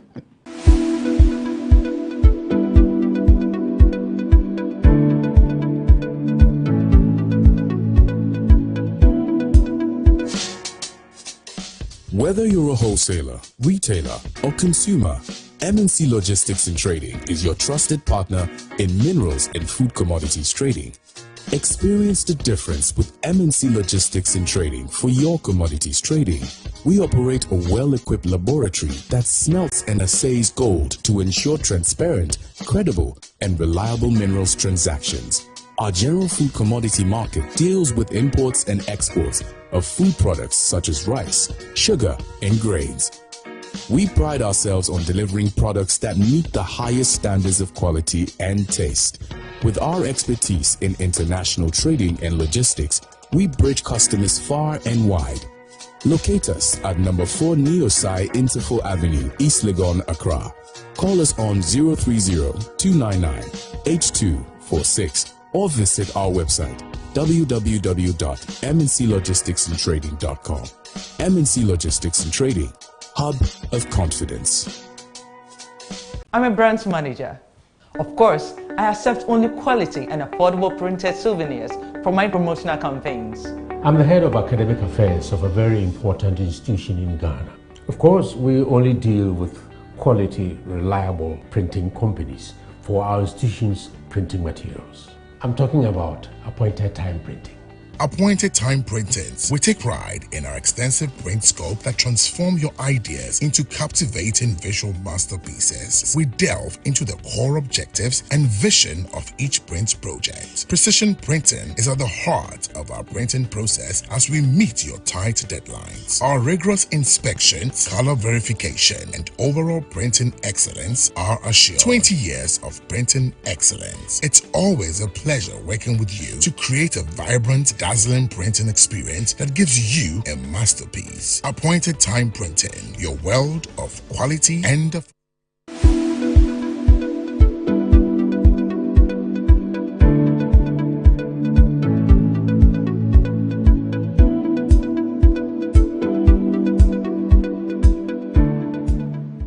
Right, so we welcome back from the break. This is an interview I am enjoying, and I'll come back to him. So we've been talking about a lot of things and what you are doing. Are we expecting to see more of the work that you're doing here? My Director General will always tell that we have not even started yet. So you haven't started? No, we have not even started. Why? I mean, so you have plans that you haven't. No, I mean that is tell. If you look at what we have done so far. Let me even speak a bit about, for instance, logistics. When we came in, one big challenge that the agency was having was issues of vehicles. Vehicles. Okay.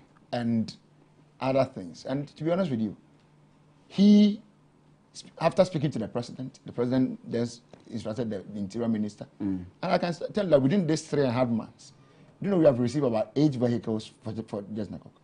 3 months, 8 vehicles. Yes. From the Minister for the Interior. Yes, through the Minister of Interior under the from the President, of course. The directives or instructions of the President. You are quoted as saying under the previous government, you didn't the institution, let me say, did not receive even a motorcycle or even one bicycle. My brother, I'm not doing comparative analysis, but I can say very well that within this short period that we have been here, the government of John Dramani Mahama have shown commitment to the fight against narcotics issues compared to the past. The previous government was they were not interested in fighting narcotics. That one is a fact. How? Well, of course. Why? They know. If you are interested in fighting narcotics, you give the agency the power, the mandate, everything that they need. Resources, whatever, motivation, name them, for them to be able to work and work well. And you think they didn't get it? The employees or the other staff are not permitted to be speaking on set like this. You would have heard, you would have gotten live testimonies for yourself. Was that bad? Well, compare what you were seeing. How many times did you hear of NACOC in the past? Before January 7th?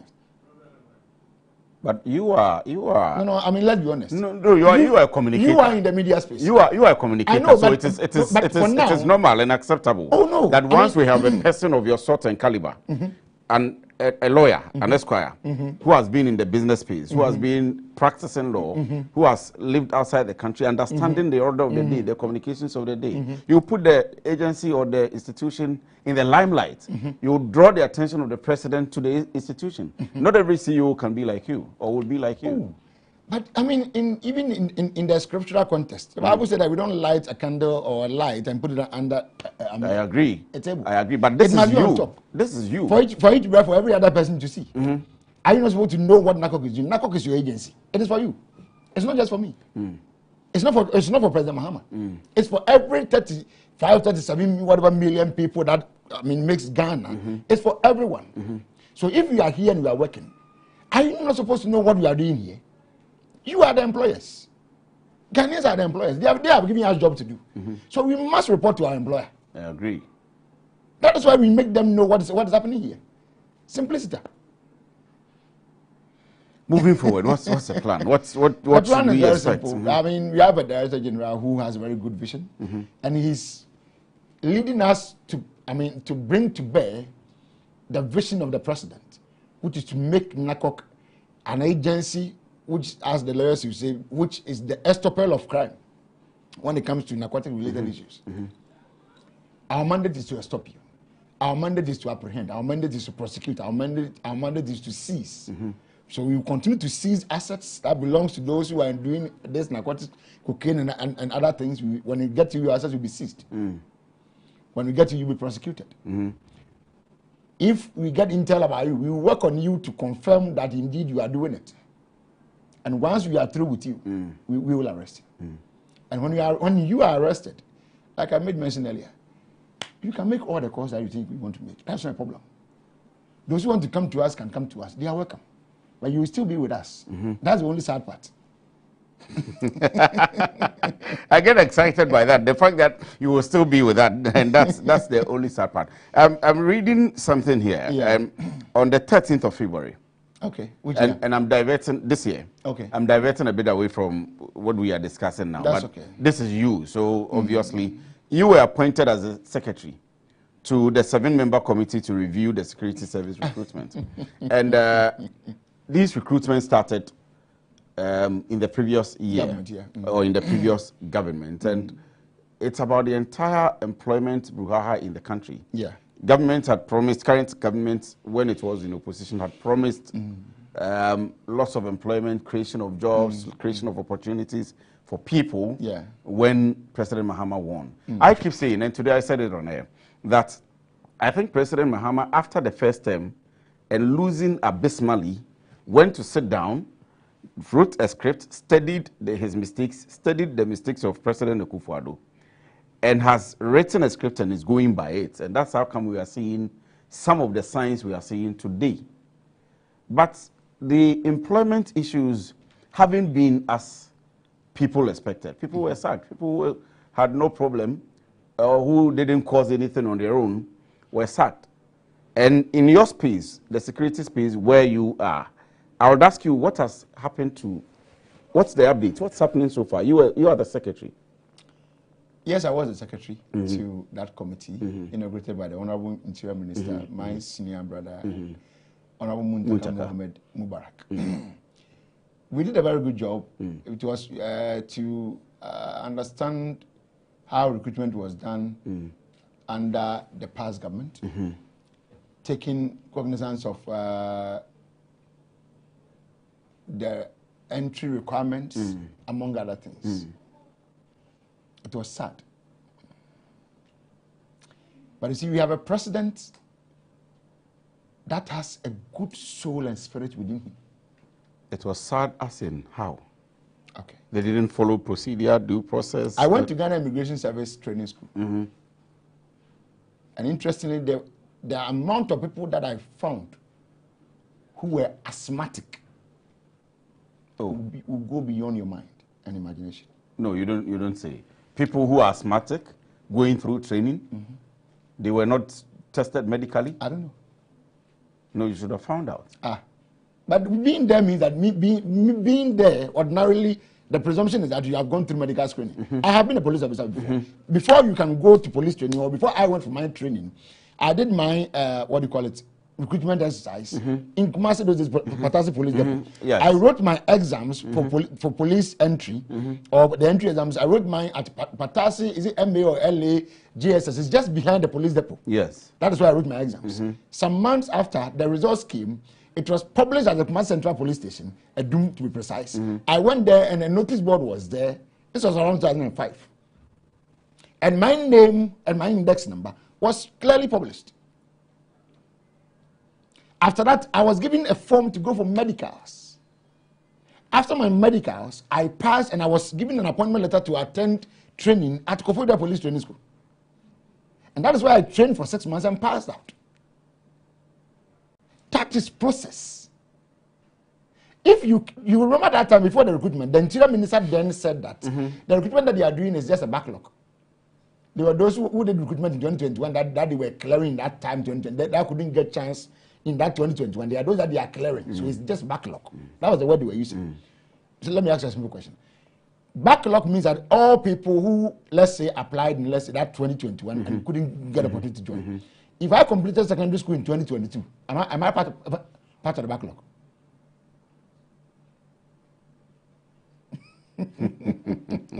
You see, you cannot answer. Yeah, I mean, I'm only a host, so you understand? Yeah, I get it. If I completed secondary school in 2023, and 2024, can I be part of that backlog? A time or an exercise that the time that it was taking place, I wasn't even an SS leaver or graduate, as you may put it. So how could I become part of the process? So if you go to a training school and you find them there, do you think there was cleanliness? And people with asthma are part of the training. Issues now. I mean, No, you can tell us about it. I mean, that is just one that I mentioned.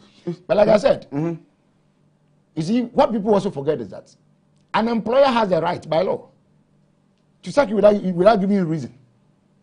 The president could have just by a word asked every recruit to go home, and nothing would have happened.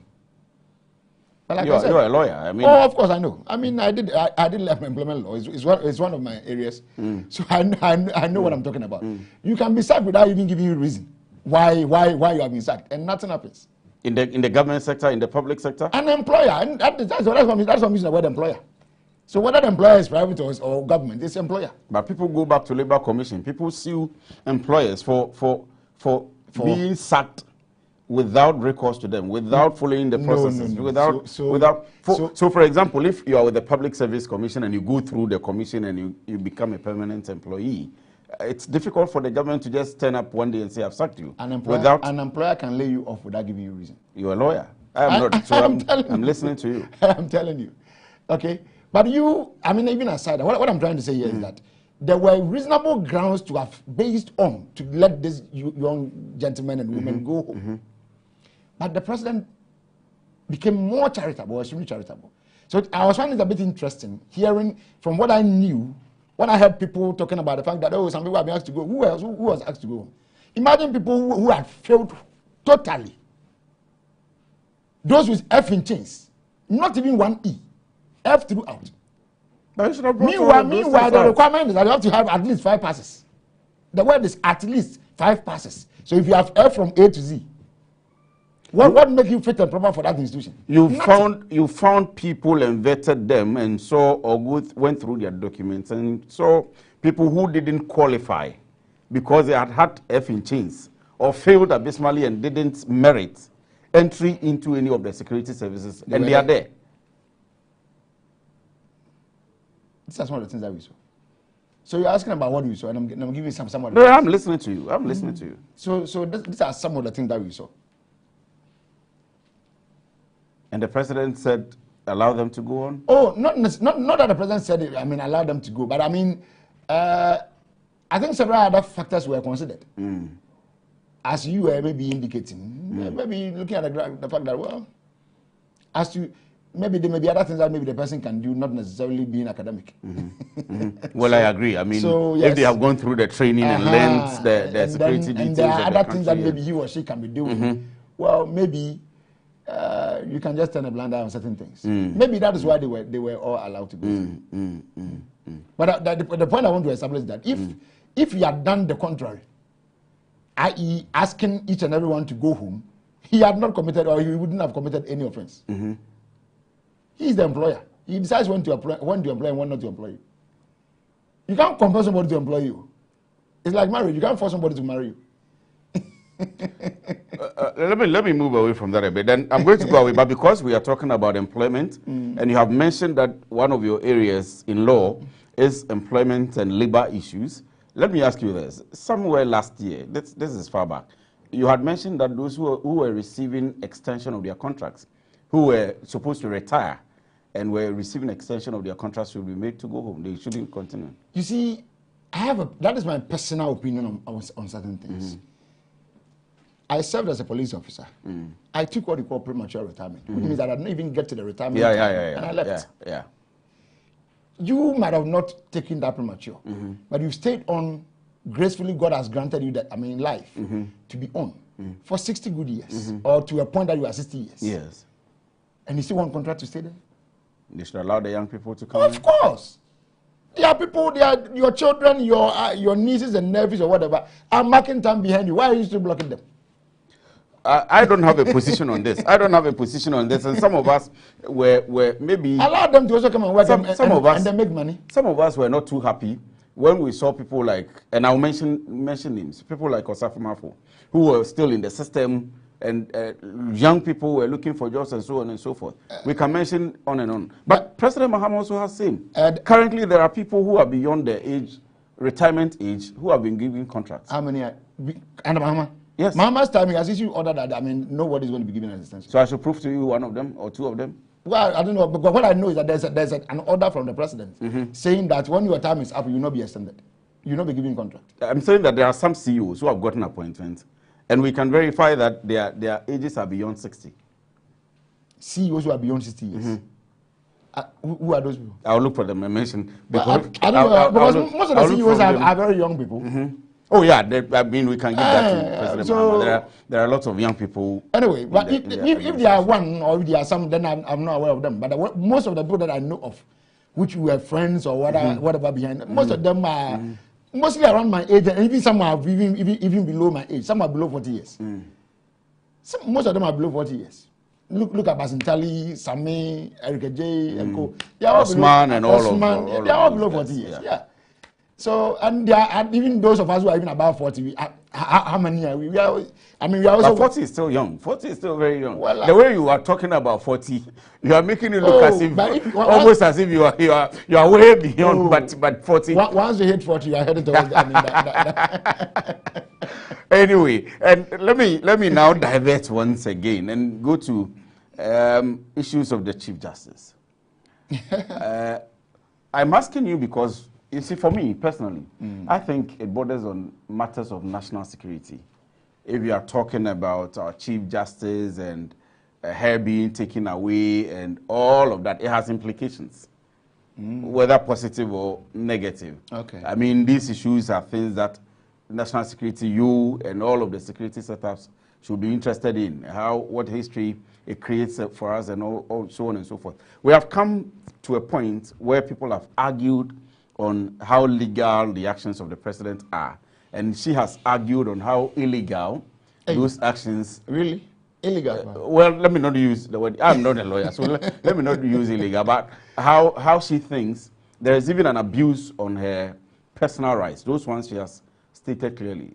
Currently, we are hearing that she's going to the ECOWAS court. Same things that she has said in the Ghana court, which she was refused. But Madam is aware that no human right is absolute. There have not been any infringement of her rights, so far as I'm concerned anyway. But even if there have been, no right is absolute, and she knows. And she doesn't have the right to complain? I'm not saying you cannot complain, but no human right is absolute.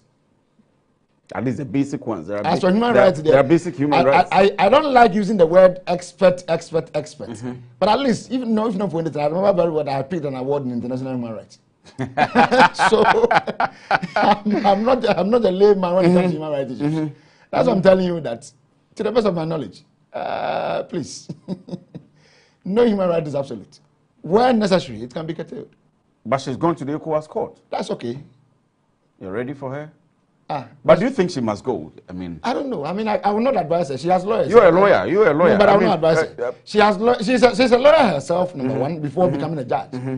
And then she has lawyers who are advising her on matters that are happening now. But you see, some of the things that she outlined, pardon me, but I laughed when I heard her. Why? She said that, the committee refused to allow the... How do I mean? Is it the petitioners or whatever? I mean, the people... Her husband, the... No, not even that. She had issues with why, the applicants or the petitioners are not permitted to make their own case and for her to be able to cross-examine. When did that become an issue to her? Was she here when Jane Mensa was not allowed to talk in court? Was that one okay? If it was okay, then what is wrong with this people's case? Why do you want that to be talking? When you are the same people saying that the Evidence Act does not permit somebody to be, I mean, you can't compel someone to be talking, which is true. So why do you want the committee to compel them to talk? The same rule, as she said, the same rule yesterday is the same thing that we are using now. The law hasn't changed. The law is the law, as she rightly indicated. Would you have resigned if you were the Chief Justice? But why will I go through this stress? Do you want her to resign? She doesn't need an advice. She said she's not going to resign. So she should go through and then wait for the president. But would you recommend, if she was listening to you as a lawyer? She doesn't need my advice. If she was, or if she didn't? She doesn't need one. If she did, what? No, she doesn't need it. She doesn't need it. Because you see, it's very obvious that she doesn't need my advice. In that, the issues that have been raised, I heard her saying that she doesn't even know the charge that you wrote to the president, asked for 7 days to be given a permission or some form of permission to respond to something. What did you respond to? You are saying you don't know what your charges are. So which things did you respond to? And took 10 days to respond. Retained or submitted your response on the 10th day. What were you responding to? And the same person is saying that she doesn't know what charge that is being put up. That's why I'm saying that she doesn't need my advice. Because the things that she's arguing about, then when you do proper critical analysis on it, the kind of questions that you raise, sometimes, I mean, we are on set. We have to be just cautious with our words. It doesn't make, I mean, it doesn't sit well with me. The president could have refused to give you those documents for you to go through. And it is not against any law.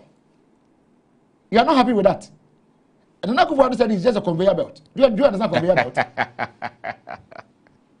you understand conveyor belt? Conveyor belt is a medium or a machine that something goes, or that is being used to transmit or transport something. Yes. So for me, as the accounts to permit me to speak to us, we need a person. Nothing else, nothing more. But you were given, I mean, some kind of privilege. The petition or whatever was given to you. Even before the president would see your response, it was already somewhere else. The committee is supposed to be in camera, i.e. secret. Is that not the case? Yeah. But why do you go there and come and bring that feedback? Are you respecting the law? When you go there and come back with, feedback, report. I went there, they did this to me, they are saying this to me. She thinks she's not getting a fair hearing there. So she. How do you describe fair hearing? She thinks, I'm not saying for her, I'm not talking for her. She thinks she's not getting a fair hearing. A petition has been raised against you. You are not even supposed to be given the petition. You are supposed to see the petition when you appear before the committee. You are given the petition before even appearing before the committee. You asked for 7 days from the president. Generously, he gave you 10 days. 10 days, yes. The law permits him to suspend you. He has gone ahead to suspend you. The law permits him to form a committee. 2 of them must be Supreme Court judges. 3 others must not be judges, must not be lawyers, must not be Council of State members, must not be members of Parliament, among others. Those 3 has been named. Why are you not comfortable with your own people? Those 2 were with you some few days ago. They are your colleagues. Why do you not have issues with your own colleagues? They are not different judges. They are not Muhammad's 7 judges in India.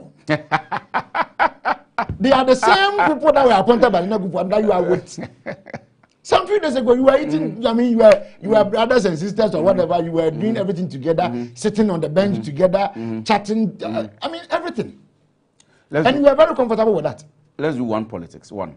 Which one? This is business. But the NDC chairman, General himself, has said that the Jane Mensah must also go. Now, why is she still as post?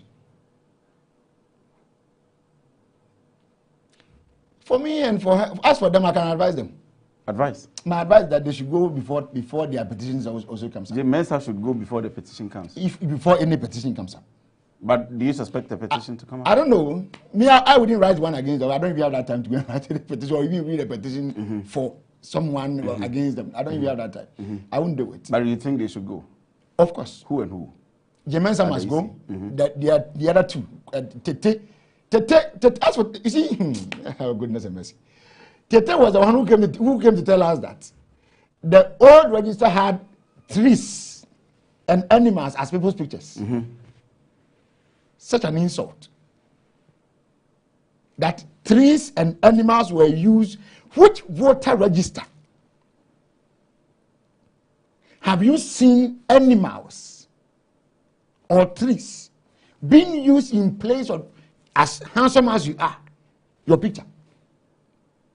But that man told us that. In any case, If a tree or an animal is used in place of somebody's picture, who did that? Is it not you? Are you not those who are in possession of the booklet or the register? Are you not the one who put pictures and names on, in a table form? So it means that you are telling us that at some point you were extremely incompetent. But we don't need incompetent people at EC. We need very competent people there. To Jemensa, she is the one who used Corel Draw to do mathematics. When goodness and mercy. Lawyer. My time is up. No, you go on. Go. My time is up, but land on that, then I can. She used Corel Draw to do mathematics. When Omanabu Amal came to tell us that you have done voter registration, the numbers are not tallying. You've used Ghana map with colors. Each region has its own color. Excellent. But after that, some of the regions, your numbers, some have reduced, some have increased extremely. And then Dr. Manabuama came to put this thing out. When she was responding, so it's because they use Corel Draw. That is how come they got the numbers wrong. I never knew in the book of James Mensa you can use Corel Draw to do mathematics. Corel Draw from you people is not used for doing artwork. So how can Corel Draw do calculations? Again, a sign of incompetency. The other man, for him, he has taken a sabbatical leave from Lagos, so he should just go back and teach. You mean Prof? Boss Masari. He should just go back to the school and teach. He has taken.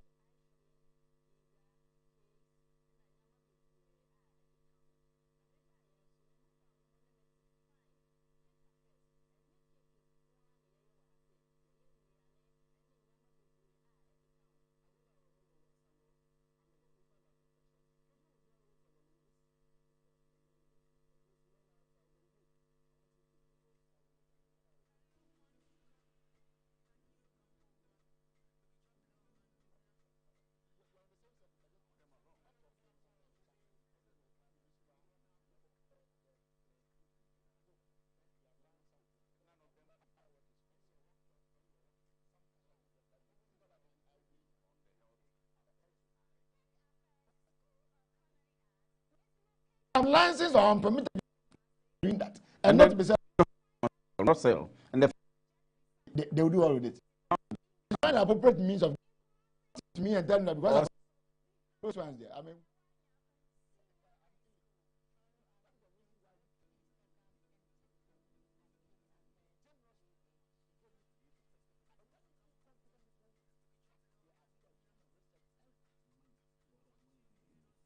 It's either someone is bringing it in or someone is taking it in.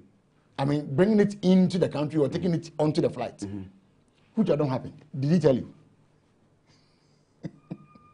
Did he tell you which one happened? So you're saying he liked? Were those money coming into Ghana? Or they were going from Ghana onto that flight? Which of them happened? He didn't tell you.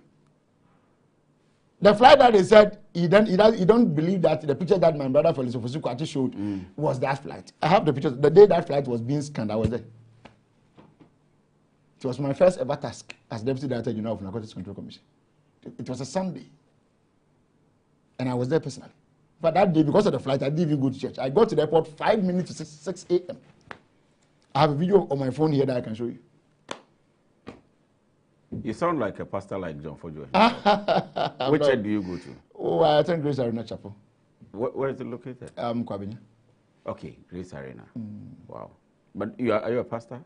I'm not. But you're a servant in the church. Oh, why not? So you and John Fojo are almost on the same. Oh, he's my junior brother. I hold nothing against him. But if something is not true, I will not sit here and pamper you.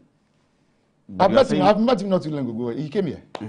The committee that he's a ranking member came here. So I was with him. We were having our chats.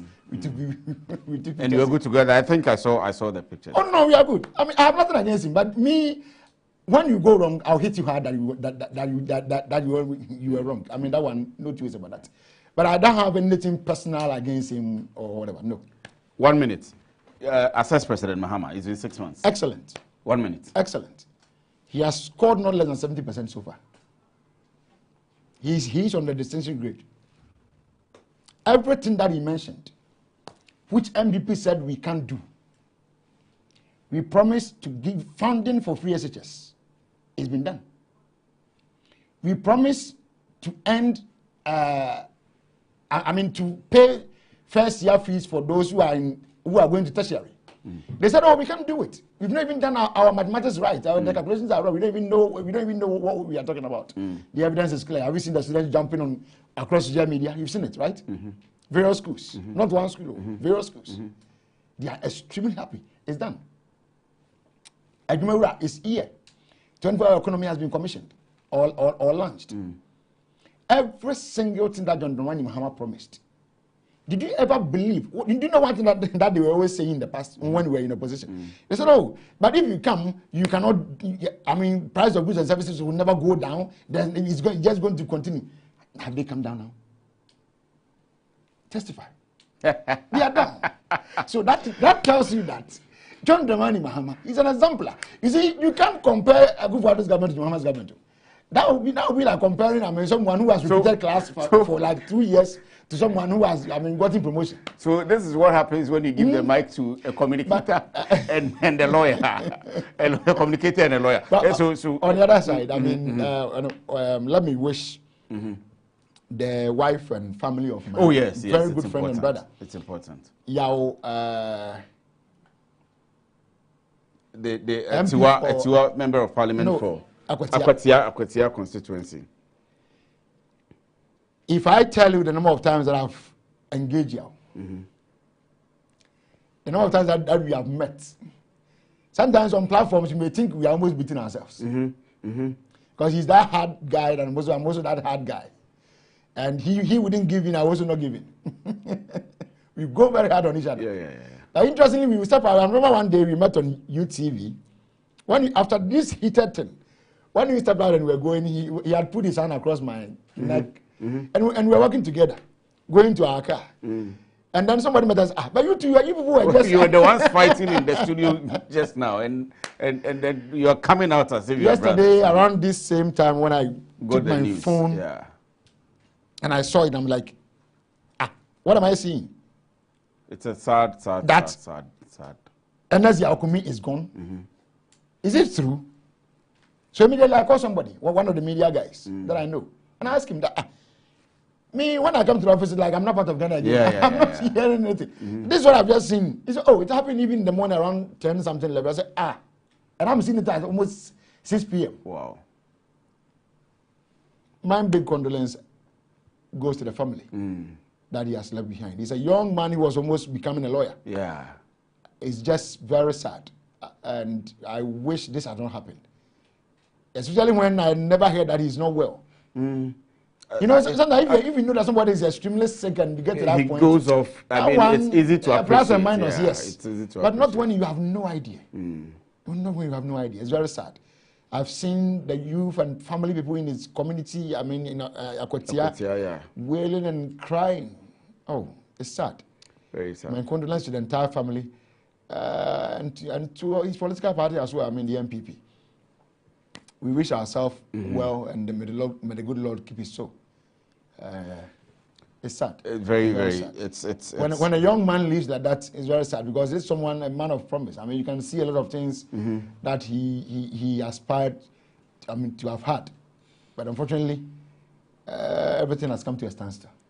It's a very sad situation. I mean, it's been an exciting interview, but it's still sad to end on this note. But thank you very much. Thank you very much. Thank you too. Thank you very much. So, lawyer Alexander Chum Berima, this afternoon for you. I'm sure that you've enjoyed the interview. I did. Hosting him, I did enjoy it as well. And still, thank you very much for allowing us into your office to do this recording. This has been Business Edge on Metro TV. Thank you very much for doing the watch. And my name is Kwesi Afriye.